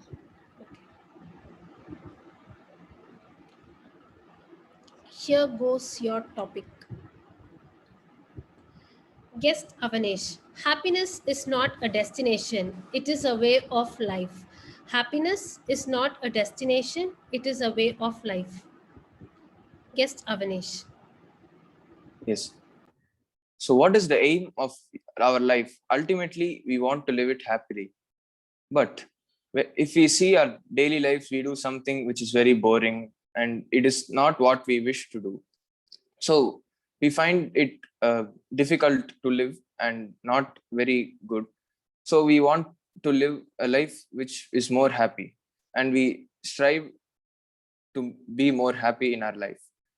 But living itself, you should be happy and you should thank God that you have a chance and you have to be more successful. You have to try to be more successful, and we should not think that happiness is a destination, because you should enjoy every moment of your life and not try and we should be happy for whatever we are doing now, and we should not think that we should do something that is like, for example, going to a cinema makes you happy, or doing something makes you happy. It's not like that. You should be happy whatever you're doing, and you should enjoy your present state. Thank you. Thank you, guest Avanish. It was a great attempt on the topic. So with this, we come to an end of the table topic session. Hope we have made all the members speak. So with this, I would like to hand it over to our Toastmaster of the Day, Toastmaster Suganti Perez. Over to you, ma'am. Thank you, Toastmaster Sharanya, for that interesting and colorful table topics session. Ladies and gentlemen, before we move on to our fable of Perry in the land of penguins, let us now hear from our timer whether all our prepared speakers have qualified. Mohan, have all our prepared speakers qualified? Yes, ma'am. All the prepared speeches are qualified. Thank you. How about our Under the table topic speaker? Toastmaster Dinesh, Toastmaster Aditya Jain, Toastmaster Venkatesham, guest Sakuntala, Toastmaster Venkatesam, Toastmaster Zakir Hussain, guest Avinash. All right. Thank you very much. Thank you very much, Toastmaster Mohan. May I now invite you to please vote for our best speaker of the day and our best table topics speaker. All right. So what happened to Perry the peacock in the land of penguins? Over the time, things got worse for Perry and the other exotic birds in the land of penguins. Whenever their ideas and strategies to change the way of penguin doing things were always met with resistance. Their ideas and efforts were discounted and dismissed. Their questions of why were answered with, "This is the way that we have always done things, and this is the way that we will always continue doing things." It was a very painful experience for Perry as well as all the other exotic birds. While this was a painful experience for all these colorful birds, do you know what the dilemma the penguins were undergoing? How much diversity, thought the penguins, can we tolerate in our land and still maintain a comfort level? Wouldn't all these differences that these exotic birds bring endanger our corporate culture? So what happens when we are met with resistance in a culture? It could be at our work, in our personal life, or in our professional life. Do we overcome that?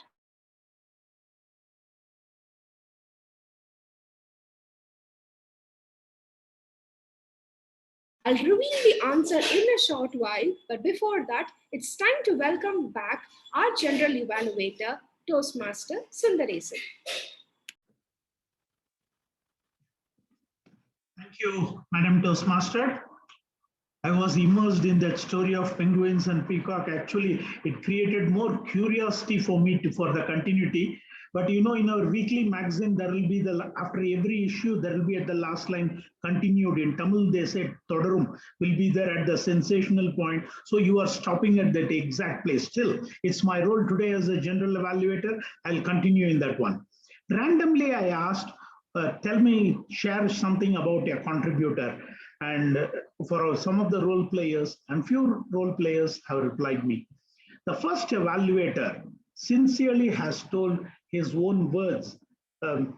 He is an outstanding Toastmaster in Medley, and he has served as an honorary consultant to few NGOs. In his own words, it has been hugely gratifying to make a small difference in the lives of orphans and destitutes. Sir, you are an outstanding Toastmaster who have gone 1 kilometer extra for the sake of other humans. Good luck. This first evaluator is none other than our DTM Thomas. He is going to evaluate the speech delivered by DTM Tyagarajan. Now I invite the first evaluator, DTM Thomas.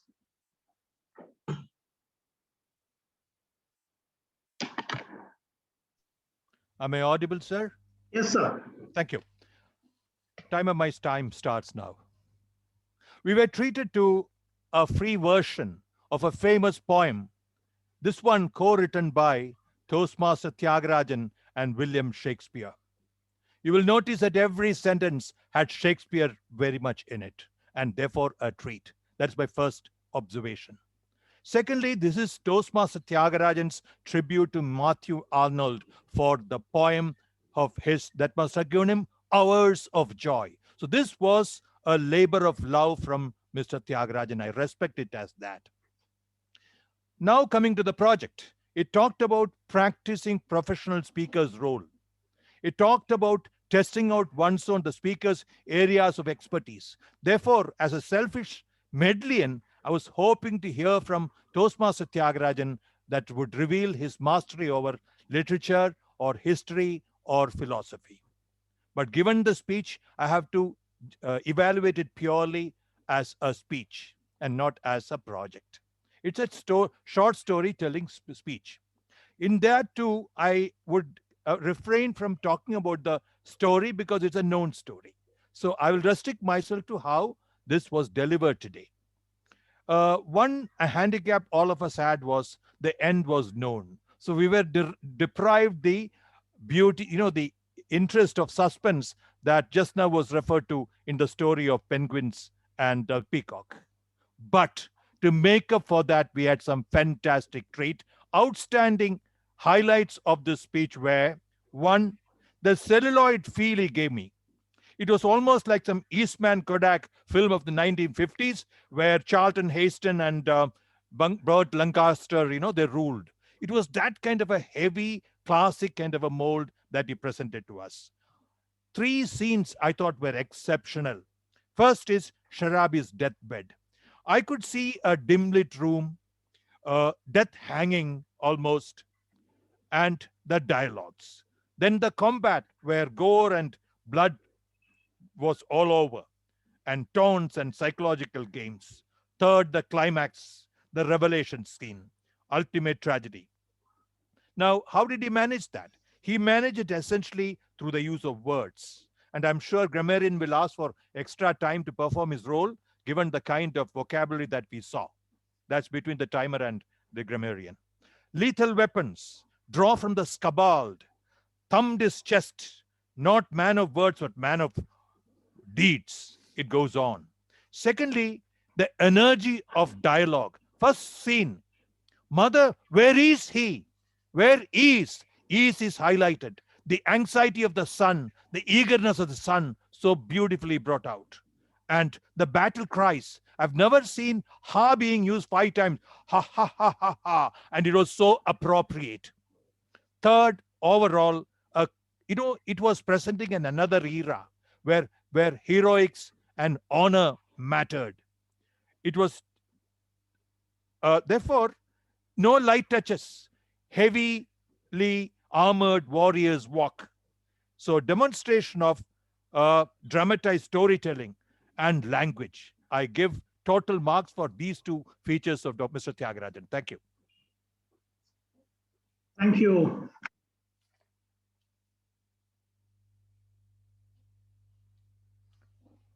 Sir, you're on mute, sir. We are not able to hear you. Yeah, thank you, ma'am. Thank you, Toastmaster DTM Thomas, for your excellent evaluation with a nice proportionate of speech content and speech delivery and the way in which you narrated. For the speaker, DTM Tyagarajan, sir, as a general evaluator, I take the privilege of appreciating you. Your involvement in your speech was awesome.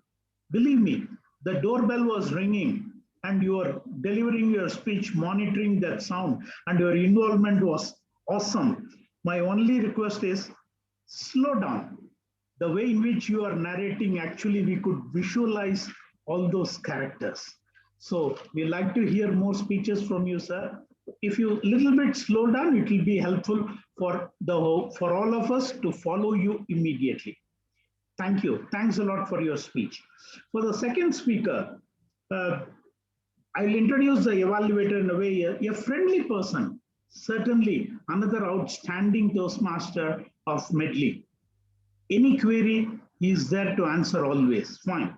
The second evaluator is none other than Toastmaster Saravanan. I request him to give the evaluation speech for the speaker, DTM Sunil Jose, who gave his speech. Now, Toastmaster Saravanan. Thank you, dear evaluator. If you see the project manual, researching and presenting, there are three main areas which you have to look at for today's speech by DTM Sunil. First is select a topic, research about the topic, and third one is organize and present the speech about the topic. These are the three main areas. If I have to give my evaluation, I would like to give my evaluation on all these three areas. The first one is on the topic. It is a very relevant topic because if you see what is more important nowadays is privacy and consent management. And WhatsApp is the equivalent of Xerox in the world of messaging applications. So WhatsApp is very much there in everybody's life. As this topic is very relevant, the question that comes in everybody's mind is whether I have to consent to those terms and conditions or not. What is there in the privacy policy? These are the important questions, and DTM Sunil has answers in those areas. The second one I would like to comment on is on the research portion. Lots of data collection and analysis has been done on the background. For example, how 55 crore of active WhatsApp users are left in a quandary because of this privacy issue. Then the credible sources, he was able to bring in CCI investigation, Australia Compensation Commission, and how 40% of Australian users believe that the data collected will not be misused. And if you take that for India, it is around 80%. DTM Sunil Jose brought those data elements very clearly and candidly. Third one is on the contemporary information. He was able to bring in what is the data breach that is happening in the fintech MobiKwik and how all the data is available in dark web. This is a contemporary information and he was able to bring in that. Then from a speech organization perspective, I like the way it is organized because DTM Sunil Jose used a technique called as cause and effect as well as problem solution for speech organization. For example, he gave a cause. What if I consent and message to my friend about a medical problem? What will be the effect? The effect would be the term insurance would be impacted. So that is a cause and effect technique he clearly brought in. The next one is on the problem and solution technique. What is if I don't opt out? What will happen? And should I quit WhatsApp all by itself? Then he brought in the solution. Bring a law to minimize the collection of data and be prudent to review and consent only if you're satisfied. These are all very nicely brought in. I have two recommendations. One is on the research. As a central topic is about privacy policy, consent management, some more examples on how the corporates allegedly use the data without the permission of users and how general public can exercise their rights and get settlement through privacy lawsuit. This is one of the area I wanted to bring in. The second one is on the title itself. The title is a giveaway. So you can use a different title so that we will be in a surprise on what is there. So overall, I would say this is a very good topic, relevant one. And if you could look at these two aspects, it would have been extraordinary space. Over to the general evaluator. Thank you, Toastmaster Saravanan, for your comprehensive, nice evaluation. As you said, the objective, research and presentation, certainly I agree with you, evaluator, the credible source. That was the cream of the speech delivered by DTM Sunil Jose. Speakers, Sunil Jose, WhatsApp update, privacy policy, yes. It was so sensational for a few weeks with all of us what to do, whether to reply or not, and what are the pros and cons. And your speech gave the clarity today.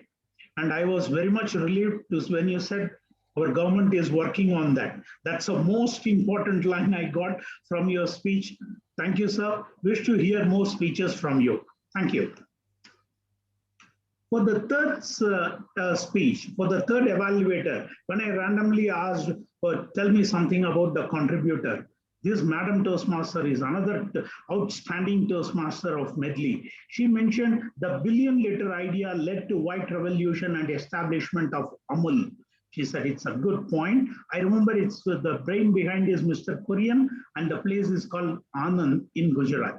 And in her own words, she says 70% of women who belong from socio-economical deprived society have contributed in a big way to Indian economy. That's great. This third evaluator is none other than Madam Toastmaster Priya. She is going to evaluate the speech delivered by Toastmaster Jagan. Now I invite Madam Toastmaster Priya to give her evaluation speech. Over to you, ma'am. Thank you. First of all, am I audible? Yes. Clear. Okay. Let me congratulate Jagan for taking a strong stand, standing for that election, winning the president post, even after knowing that your contenders were not ordinary. It was Amit and Rahul Gandhi on the other side. Now, let me tell what was that I loved the most. It was real, it was comical, and it was so practical. There were so many takeaways from this project of yours. One who has never learned to obey cannot be a commander. What was that you obeyed? You know what it is being a VP, VPR, and a president. You talked about the problems and you also gave us a solution.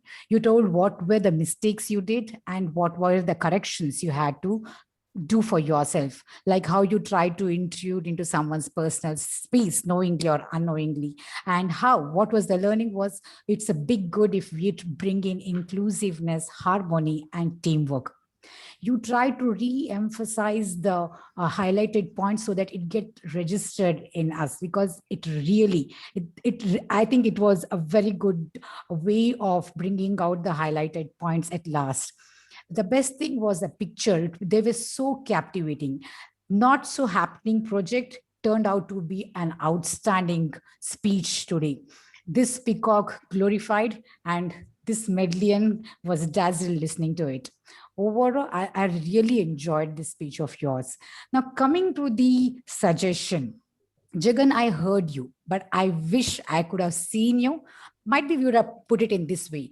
At the start and the end of this meeting, we could have tried something like this.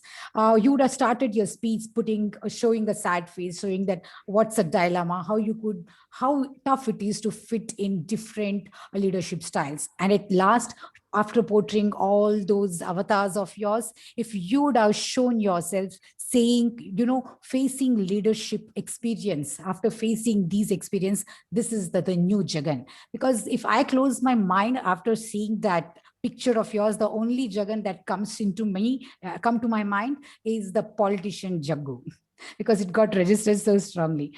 Overall, it was one of the finest speech from your side. For me, it was a big learning to know how we can present a leadership project. And you proved it is not the passion, but the position that matters in any leadership styles. Thank you so much. And over to you, General Evaluator. Thank you, Madam Toastmaster Priya. It was an excellent evaluation, so friendly. Certainly, Toastmaster Jagan is going to benefit from all the points you have highlighted. Toastmaster Jagan, the moment I saw the picture you displayed, I thought of switching off the laptop or running away. Come on, today is 4th April and we are very near to 6th April and you are displaying some picture on our Toastmasters laptop. Fine. Yeah, we take it in the lighter side, the humor, and you really coined the whole speech in a nice way as a kabaddi player.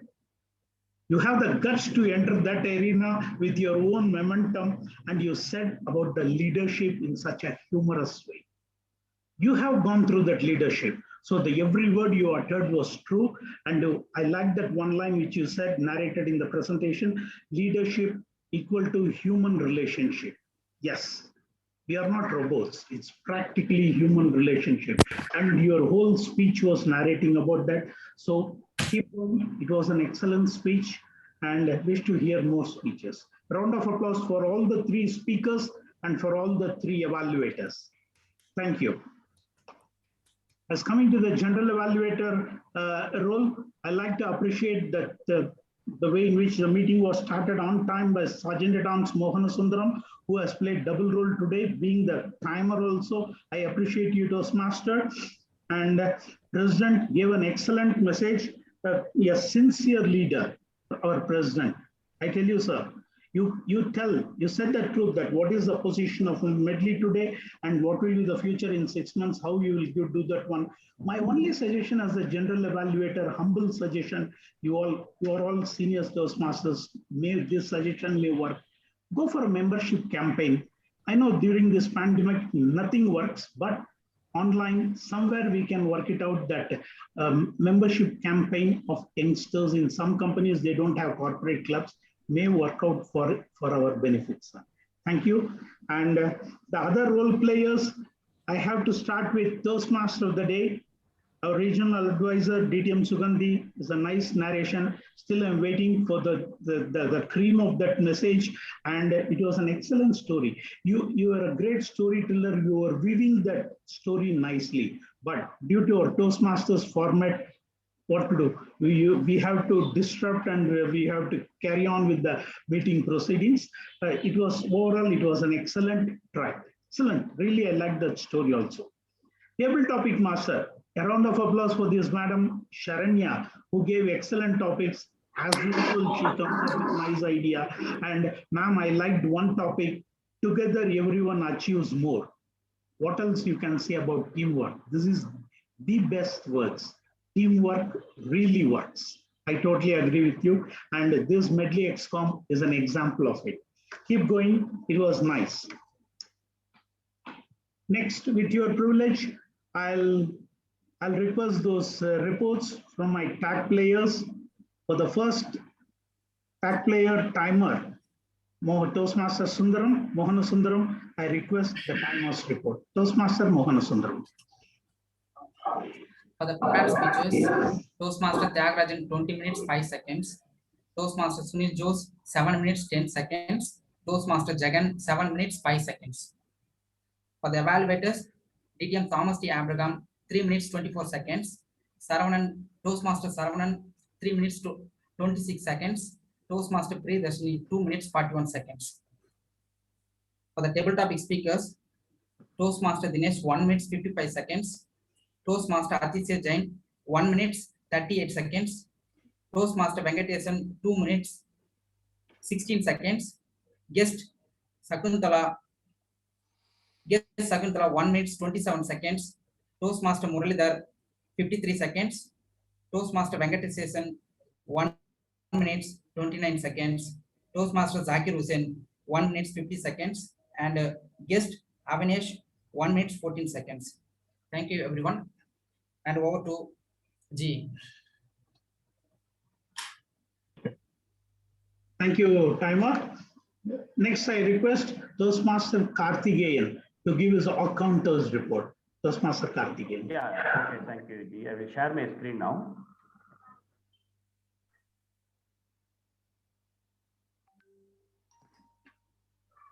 It is visible now? Please confirm.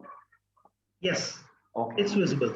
Yeah, actually, today's speak everyone is fantastic speaking. Is the first I step by step I can tell you. Toastmaster Mohan Sundaram using accounted 2. Raghunath Nair said only for pass 1.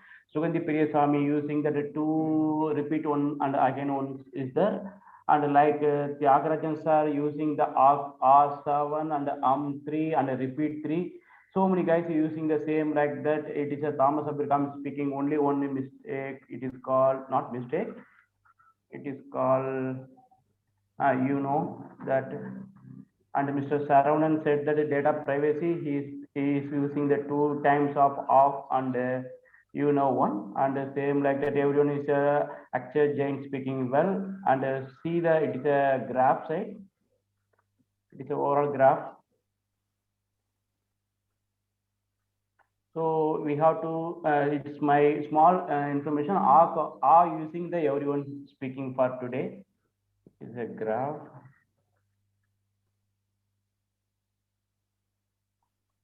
OTG.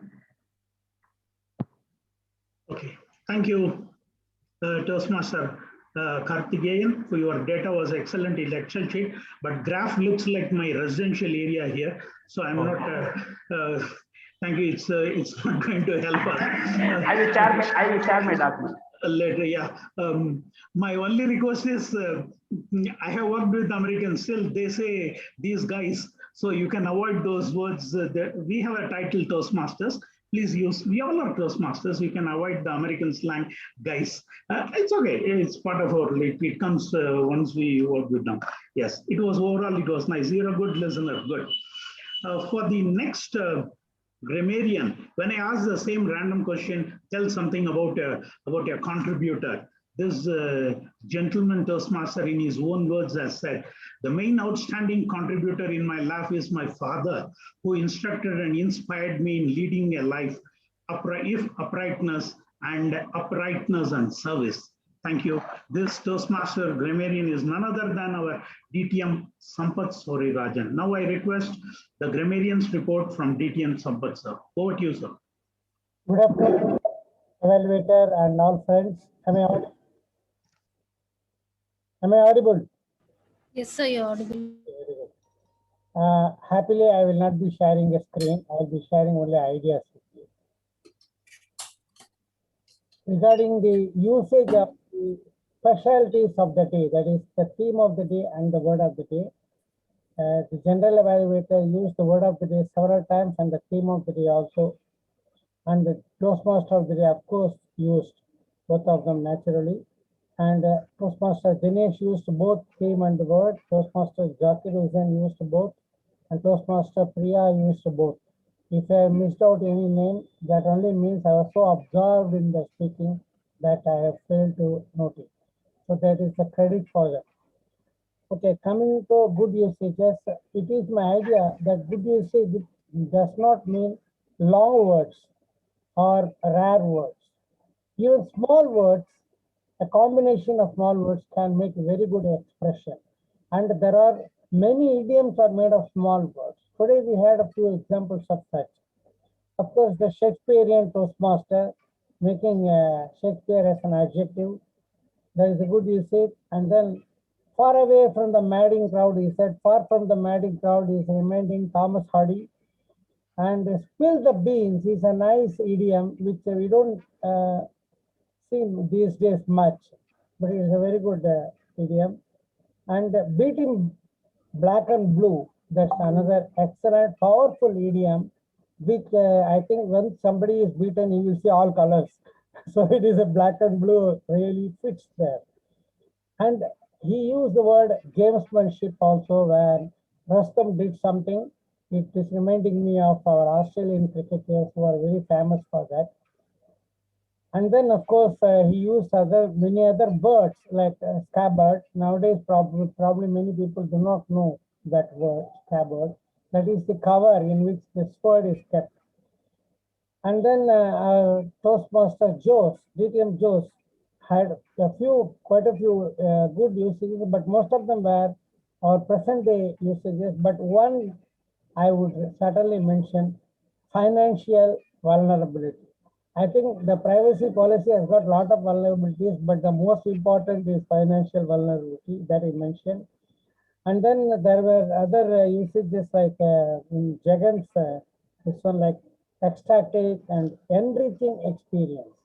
See, like this one, you see, enriching experience, the combination which gives a special picture, such usages. Then know your Toastmasters is a very interesting thing he introduced. Then among the table topic usages, speakers, Dinesh said something very striking, enshrined in their memory. It's a powerful way of expressing that idea. And coming to the evaluators, DTM Thomas had many. I'm going to give you some of them which caught my attention most. The celluloid field is something special because nowadays we don't see the word of celluloid being used in this type of context. As a chemist, I know celluloid is some chemical, but the celluloid here is the film. Okay, then the ultimate tragedy, and then presenting another era. Say, we know all the three words. Presenting, present we know, another we know, era we know. But when you put them together, presenting another era gives you a nice idea. Then Toastmaster Saravanan said equivalent of Xerox, a very powerful way of making us understand what it means. And left in a quandary. It's a very good usage, but nowadays it's not heard much. And in general about the grammar issues, I'm not going to say many things because I would rate today's meeting is much above average in terms of use of the language. I'm consciously making this statement because the three speakers and three evaluators were very good in the use of language, no doubt at all. And the prepared role players, like somewhat prepared role players like the TMOD and G also, they did very well. There's no problem at all. But where I find the scope for improvement is the other role players and the table topic speakers, they came up with a lot of broken sentences today. They start a sentence, just drop it halfway, and then they go into another sentence, that type of thing. And sometimes inverting without intending to invert the sentence. All these things are happening. And there were some other things they noted, but I'm not going to say in the interest of time. The most important thing is thinking when you talk. This is what happens in table topic and also some of the role players. You have to say something on the spot. So this we have to develop this idea. This is what we call a fluency of the language. A lot of people can prepare very nice speeches, rehearse and deliver, but when they have to fluently talk on the spot, it becomes a problem. There are methods of improving that, but they have to make a very good base of reading and listening to develop this idea. I think I have finished. Thank you. Back to the general evaluation. Thank you, to DTM Sampath sir, for your excellent grammarians report. We Toastmasters, we all are learners. We will learn from your points you have mentioned to you, sir. We will improve from the next meeting. It's excellent. We all are learners, ultimately. Fine. It was an excellent meeting from my side, an outstanding meeting. We all enjoyed a cheerful meeting. That has become the brand of Medley. The bright smile and cheerfulness has become the brand of Medley. Let's hold it and keep moving ahead.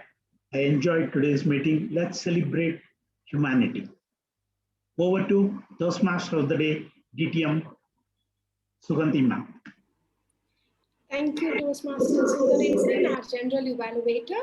Before we move on to figure out what Perry the Peacock did, let's now vote for our best table topic speaker.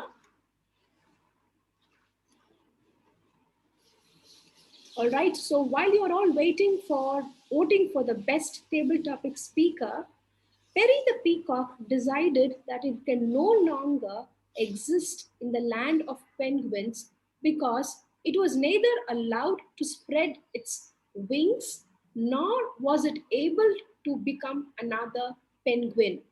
So Perry the Peacock decided to leave the land of penguins and move over to another new place called the land of opportunity. In the land of opportunity, some birds swam, some birds flew, and some kept their feet planted firmly on the ground. This gave them many different perspectives on the world, which they shared easily and openly with one another. And above all else, they knew the joy of just being themselves. They came to realize that the land of opportunity is more than a place. It is a state of mind. It is an openness to new ideas, a willingness to listen, an eagerness to learn, a desire to grow, and the flexibility to change. So, my dear Toastmasters and guests, are you that peacock always wanting to spread open up your vibrant feathers and shake and showcase your talents in the land of penguins? Or are you that penguin that whenever a peacock opens up to show its feathers, you always put down the peacock saying, hey, listen, this is how things are always done here? Or are you all in the periphery of like the other exotic birds, waiting for a torchbearer to show you the way, like how Perry the peacock, amongst all other colorful birds, took the strong decision to leave the land of penguins and move over to the land of peacock? Whatever it is, I think in life, sometimes we wear the suit of a penguin, sometimes we wear the suit of a peacock, and sometimes we decide to stay away from both the penguins and the peacock and be a mute spectator. Whatever it is, my humble request to all of you is, wherever you are, whatever you do, just be yourself and enjoy the journey of self evolution. Ladies and gentlemen, if you all loved all these poetic lines, they're all from this book called Penguin in the Land of Peacocks, and my mentor in Toastmasters, DTM Oman John, introduced me to this book, which deals with the concept of inclusiveness. So, if you're interested to learn more about how you could change your attitude and be open to ideas and where or have the courage to open up your ideas to others, I think this book is a must read. So, with that, ladies and gentlemen, let's move on to our last segment for this meeting, a surprise session by Toastmaster Atishay Jain. Can we have the voting? Sorry, Toastmaster Sharanya. Let's now vote for our best evaluator, best stack player, and best role player. And I would now request Toastmaster Atishay Jain to please take on the virtual stage.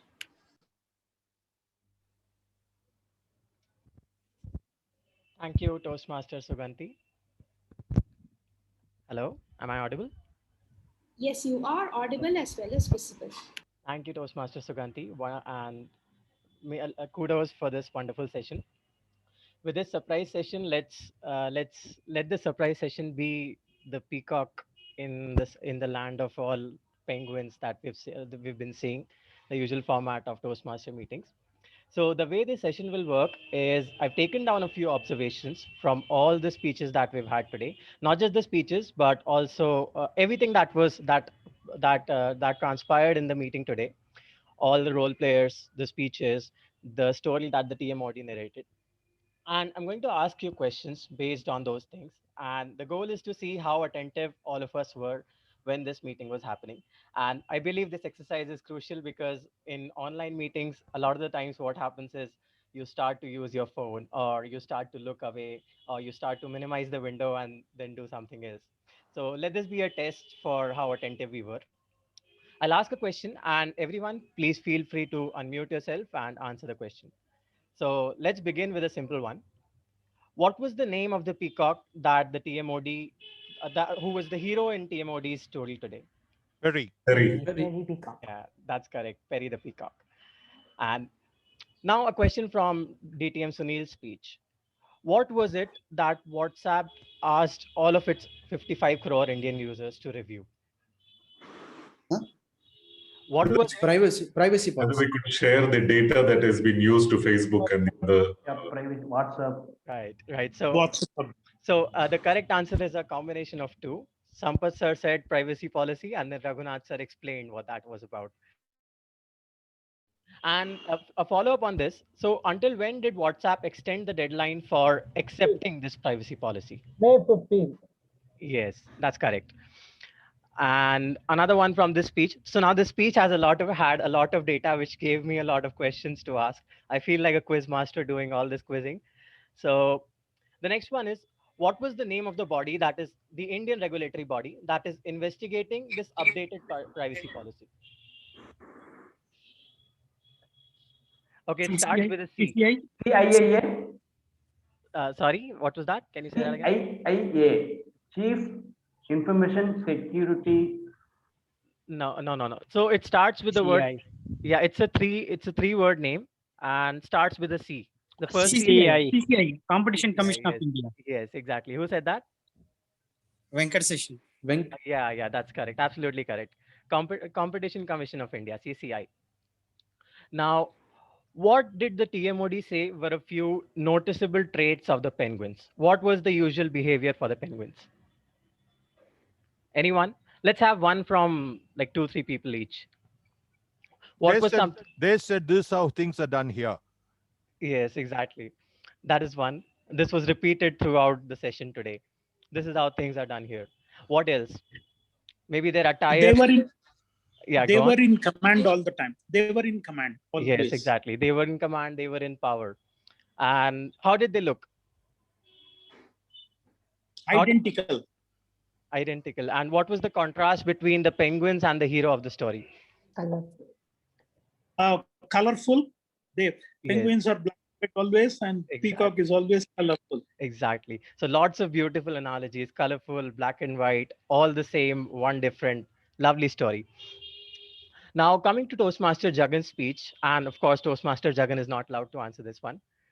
What was Toastmaster Jagan's most prominent leadership style according to the Pathways question? Servant leadership.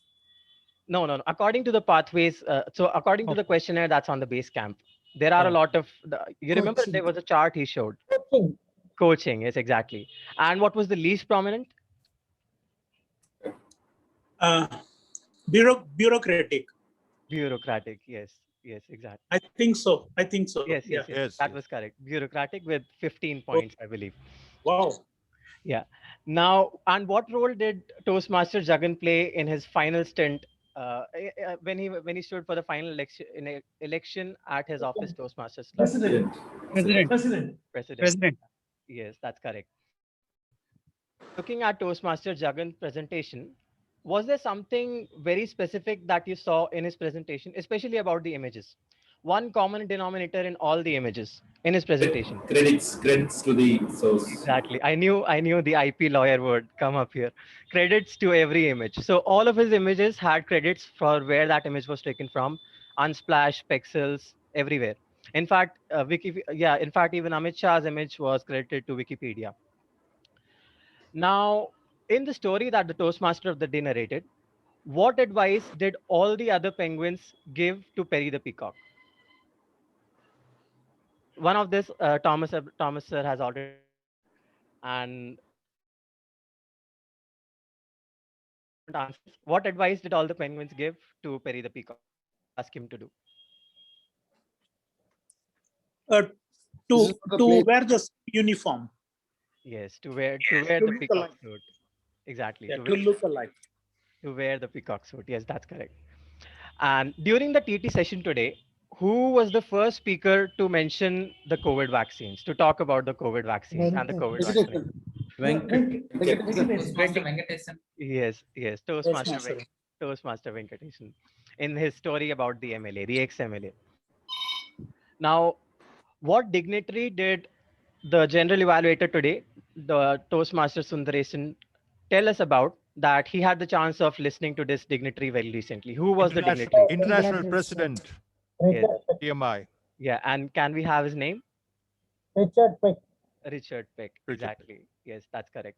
So I'm a little envious of Toastmaster Sundaresan, but okay, I hope we at Medley will get that opportunity too sometime. Now, one last question, and let this come from. Okay, let this be a simple one. So, what was the word of the day? Outstanding. Yes, that's right, Toastmaster Priya. So, outstanding was the word of the day, and outstanding was how I would describe the meeting, the session today. Thank you, everyone, for being a good sport, for participating in this session, and An outstanding Toastmaster. Yeah, thank you, and have a great rest of the weekend.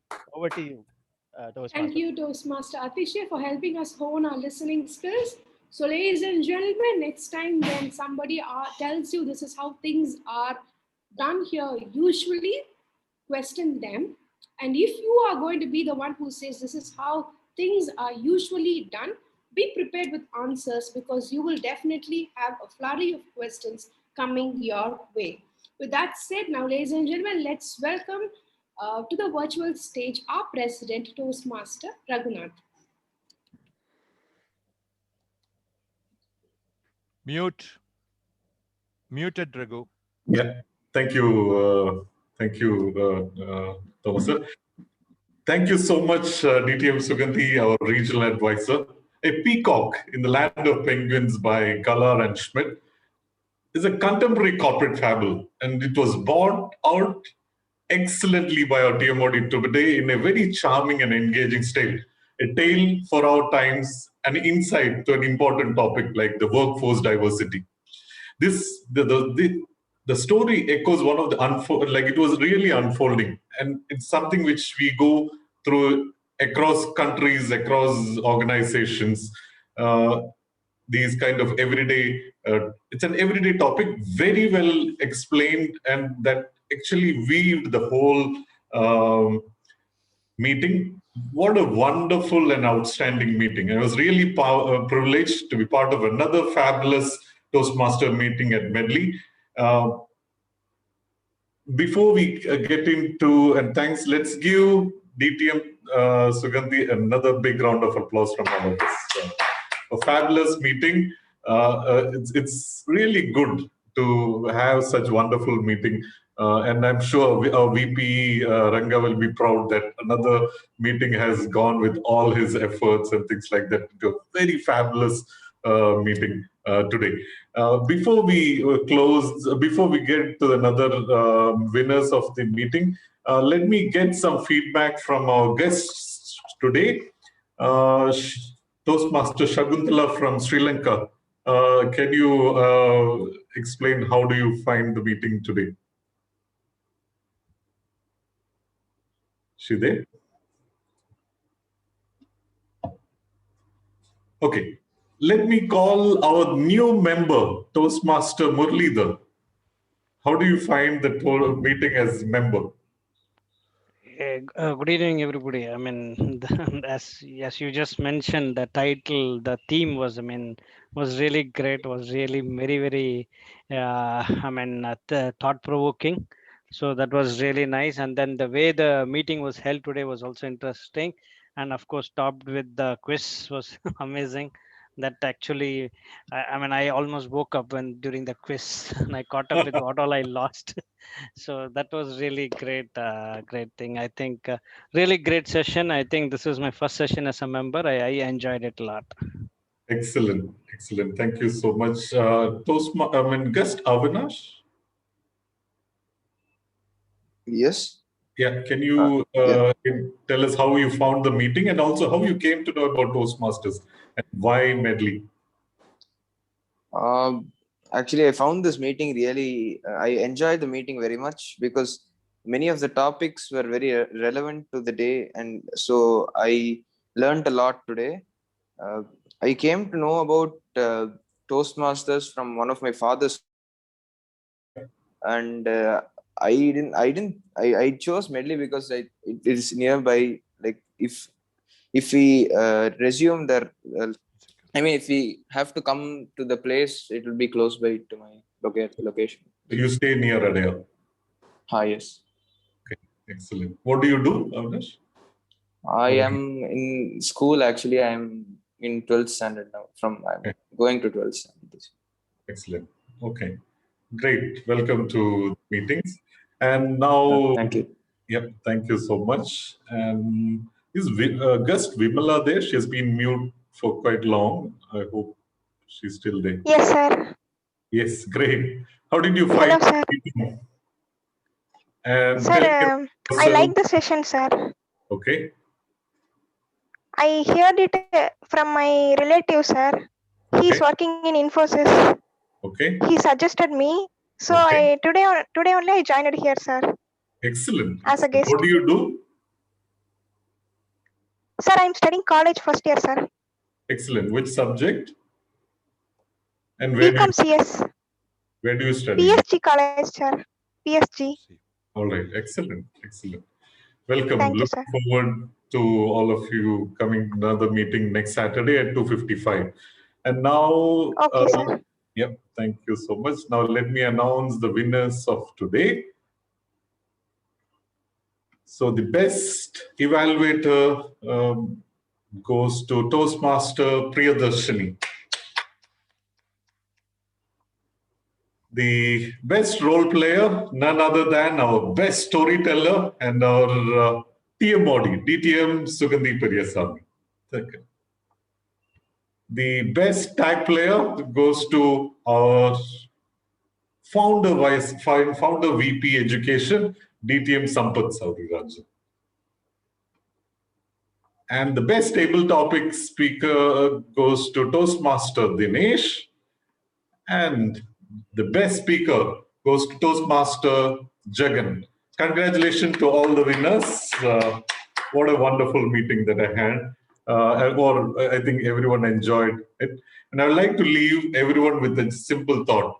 The illiterate of the 21st century will not be those who cannot read and write, but those who cannot learn, unlearn, and relearn. That's something which we as Toastmaster happen to get in every meeting that we have. And with this imaginary gavel, let me close the meeting number 619. Wishing you everyone a fabulous evening, a fabulous weekend. And let me open up the chat room for us to have a general chat where we will enjoy our tea from our home. And next week for sure, we will have a few of us meeting at our regular hybrid meeting and have a hot cup of coffee. And of course, I'm sure Thomas sir will get us some Parambari from the previous time. Yeah, if I'm assured of numbers, I will make that sacrifice and come over. Excellent, excellent. I will assure you the members for sure. Excellent, good, excellent speeches. I actually wanted to speak to Sunil, whether I need to really continue WhatsApp or only use it for... Actually, sir, it's not advised to continue. Okay. Yeah, because these guys are taking too much data, it seems. Yeah. And in fact, they are showing discriminatory practices in India and Europe. Because in Europe, they don't have this condition. And what I really understood was Facebook went into a blackout in Australia when they protested, when the government protested without news and things like that. Yeah, So but that is not connected. Yeah. That is not connected. But this case, but there are two things. One, the Competition Commission is inquiring, and I think they will stop them from doing this. Second thing, they cannot risk, the WhatsApp cannot risk this 53 crore of users here, okay? So now by May, you can expect Indians again will, because now everything is not in our memory. Now again, May 15 is a deadline, so nothing happens, then by May first week, people will again start leaving WhatsApp. So finally they will extend it, or maybe they have to roll it back. Now I have additional two.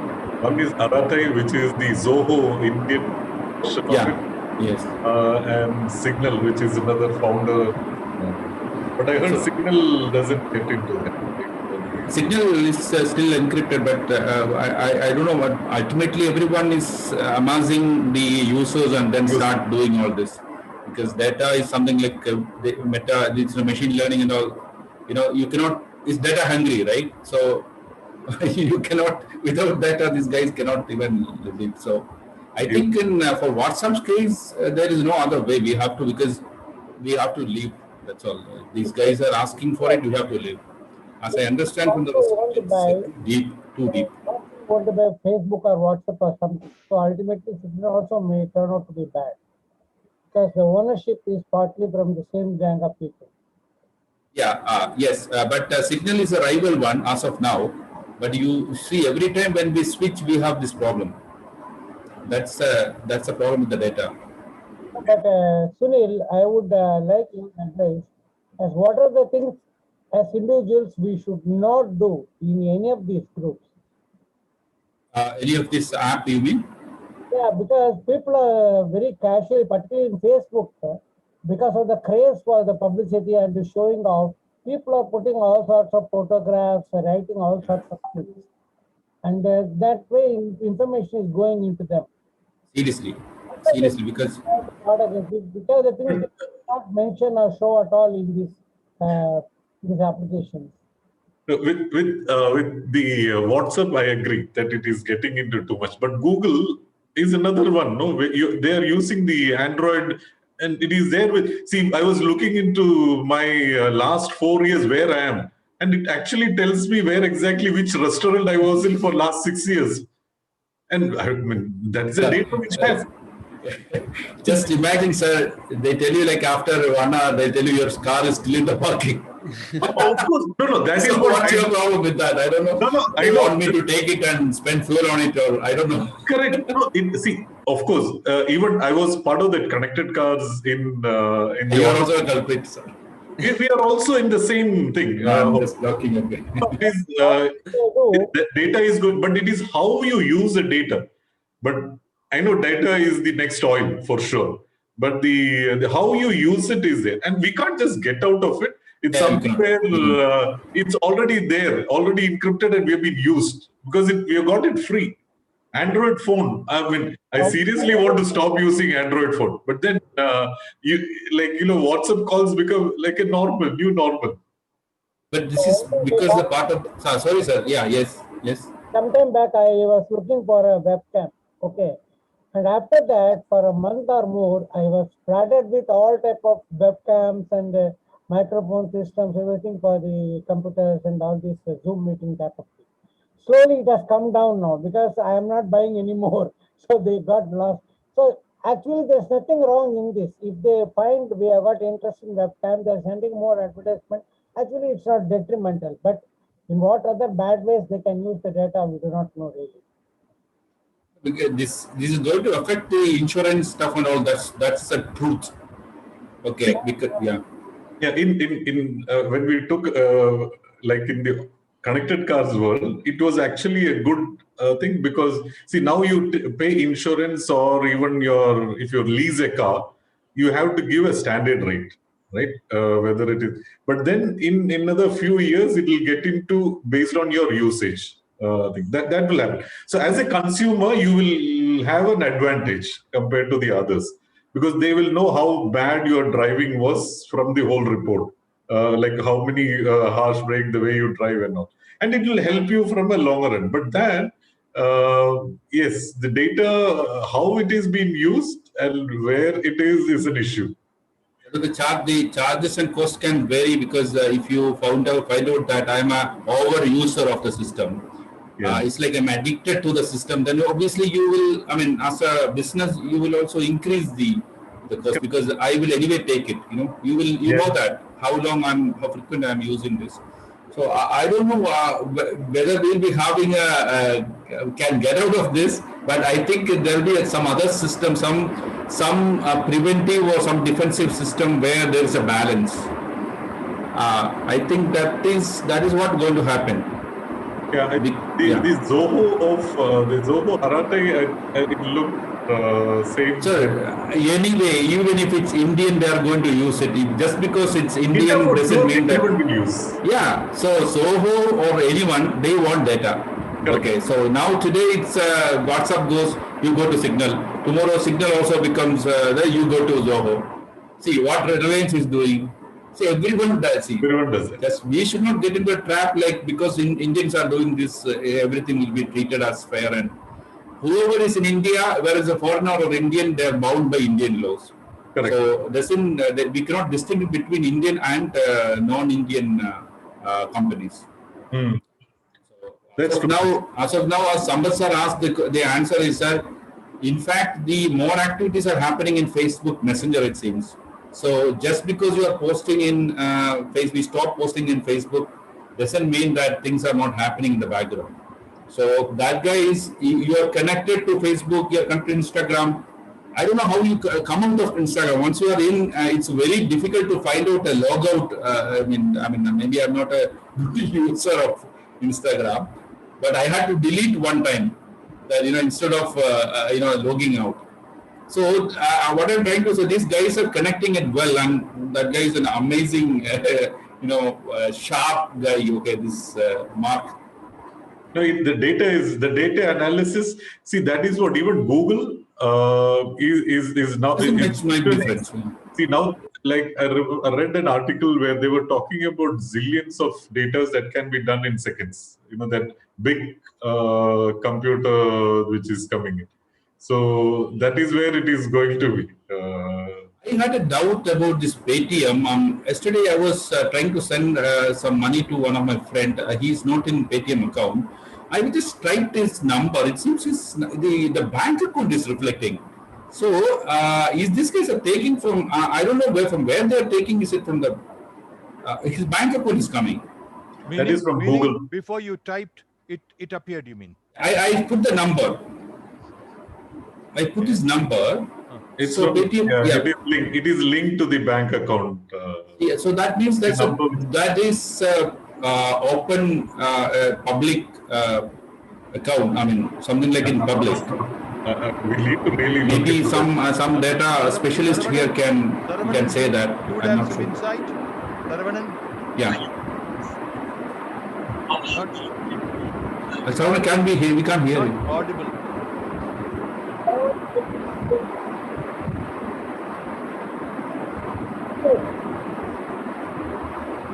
But it is really, it's really intriguing. I need to know whether we need to really use Google Pay. That is another thing because it is linked. Google Pay, the same way like Paytm is also you can directly pay. So ultimately, yes, Saravanan is. Yeah, I was saying about the UPI, right? So UPI is always the bank account and the phone number. So that is another way, because if you see all the IPOs that are happening now, like it has to be going through the UPI only. So Correct. that is another way of exploiting things. Okay, so that is why I use Beam. I thought this was a India government app. Sir, it's good. Your belief is good. Your belief is very good. What does it mean, Raghu? No, sir, it is better among the worst. That's what I will tell you something, Raghu. Regarding the Covishield and Covaxin, there is, I read, and I mean that circle in our legal circle also, that there is a very high apprehension about the people that the data collected by government will be sent to the insurance companies so that you can be profiled. See, this is not, it's not A and B government. I'm talking about the government of India, where whoever it is. See, people are not this trusting whether it is government or no regarding data. I said regarding data, there can be a breach anytime. No one will look at government or non-government. Correct. So, government secures is well and good, but there are breaches happening for the big companies. I mean, with a high security than the government. So I think we are actually the concept of government, non-government is going in the data world. One. And secondly, Raghu, you rightly said data is oil. Yes. There is theft of oil, right? By corrupt people. Same thing here also. Correct. It will be the government that leaks it. It is true. So now the data, the only thing what I understand when we worked in the connected cars is it has to be, the servers has to be in India. Okay, all that servers has to be India, and it has to be accessible for any search and things like that by the government of India. And that is getting there for almost all the countries, like in Middle East and all. That is becoming more strict, and it is costing a lot of it for such things. But yeah, data, I don't know where it is going to be. No, actually, the biggest problem now is the Android phones as well as the OTP numbers, right? Because now everything is on OTP. Now you have to put your cell phone on your locker, because yeah, exactly. If the cell phone is lost, gone. All the financial data, everything, because now every app is coming up with this, right? I mean, ICICI Bank app, this app, that app, and whatever. If you miss the password, also it is coming in the form of an OTP. Yes. Right? Yeah. So that we have to be very clear on how we are safeguarding our mobile phone. They're working on something to replace this OTP. It seems some combination of that's what I heard. Yeah, okay. Because nowadays I don't sell my mobile, which even if it is broken, I don't sell it. I don't give it out. I agree. Yeah, right. I don't give it out or any other thing. It is just still like stacked. Because the data is like, you don't know how far it is. Anyway, it is all taken from there. to their server, but at least when your grandkids opening up the that ara like the Padmanabha Swami temple, you can see the stack of mobile phones used by my ancestor Mr. Raghunath. Exactly. Or burn it. Yeah, maybe that stuff is not will not exist that day. Exactly. You have something else, but they say these are something called cell phone. So he was using it. So you have to go to court and get permission to open up because it's data, full data. Okay. 16, 17 years back, the Nokia and all are like, I mean, small single, you call it a single, right? I mean, it will be like that only. This much big. Yeah. But now, somehow falls on the leg, I mean, your leg is gone. Like this. Most of them have two mobiles. One is that normal one. I still haven't started using the normal one and the Android one. But Android, I don't know how far we are safe in the data. This is the Apple is more safer in this way, Saravanan. And no. They also have issue. The only thing is they are more secure in the sense they have certain strict policies. But they also do the same thing. They are another Android. Android is like more open. Because to develop applications for them. Android, everyone can hack and get the information. Apple, only they can sell. Only they can sell. Exactly. That is exactly very. Sometime back we had this BlueBerry and all, right? BlackBerry. Yes. Yeah. It was good actually. Yeah. Right. Yeah. So it was. Yeah, it was good. I don't know what happened. That are from Canada. They all gone because of this modern smartphone. Right. See that way, if you look at the Microsoft security system is better than this Android device I heard. But people. Yeah, exactly. Yeah, people are not. It's not popular. Okay, it's not sync with many of the things. So that is. But how Microsoft Google is gone. Microsoft is gone. There is no more Windows Phone at all. That is like it's almost 2 years now. Yeah, I think yes. No Windows Phone. So that is completely gone. But anyway, if you deep research into this data thing, it's like I did some weeks thing. It was like. I mean, it was horrible. If you get more, I have more stories like. No, actually, it is very true. Even in automotive, like we will in another 6-7 years we will move into battery, okay? Which means as an automotive company we are losing 70% of our parts, which is coming from these ICE engines, like So the only thing is data. Like Tesla, you can you pay. You can drive like a GTR or something like that, or a fast moving car. That way it is going to be, but you don't know where that ethics lies. And the whole data is now moving also to China. That's another thing. China and US and things like that. Actually, worry was how these guys started this WhatsApp. They did so brazenly in India. I mean, that was something like they took a calculated move that, okay, you get lost if you don't give us to get lost. That kind of attitude. That too, even when the government was so strict and so many times they're called and then they're asked. I think there is either there's a business calculation or miscalculation. I don't know, because they don't do it in Europe. Europe, they cannot do it. No, they did it in Australia, no, Sunil. That is a different thing. That is It's the same company. So it is another version of saying that I will not give you data because we are so used to news. That was about news. Okay, news. They said okay. See, they were freely using all the news feedbacks, and they were not paying the companies. The company protested. Okay, that is natural. Now they have to stop.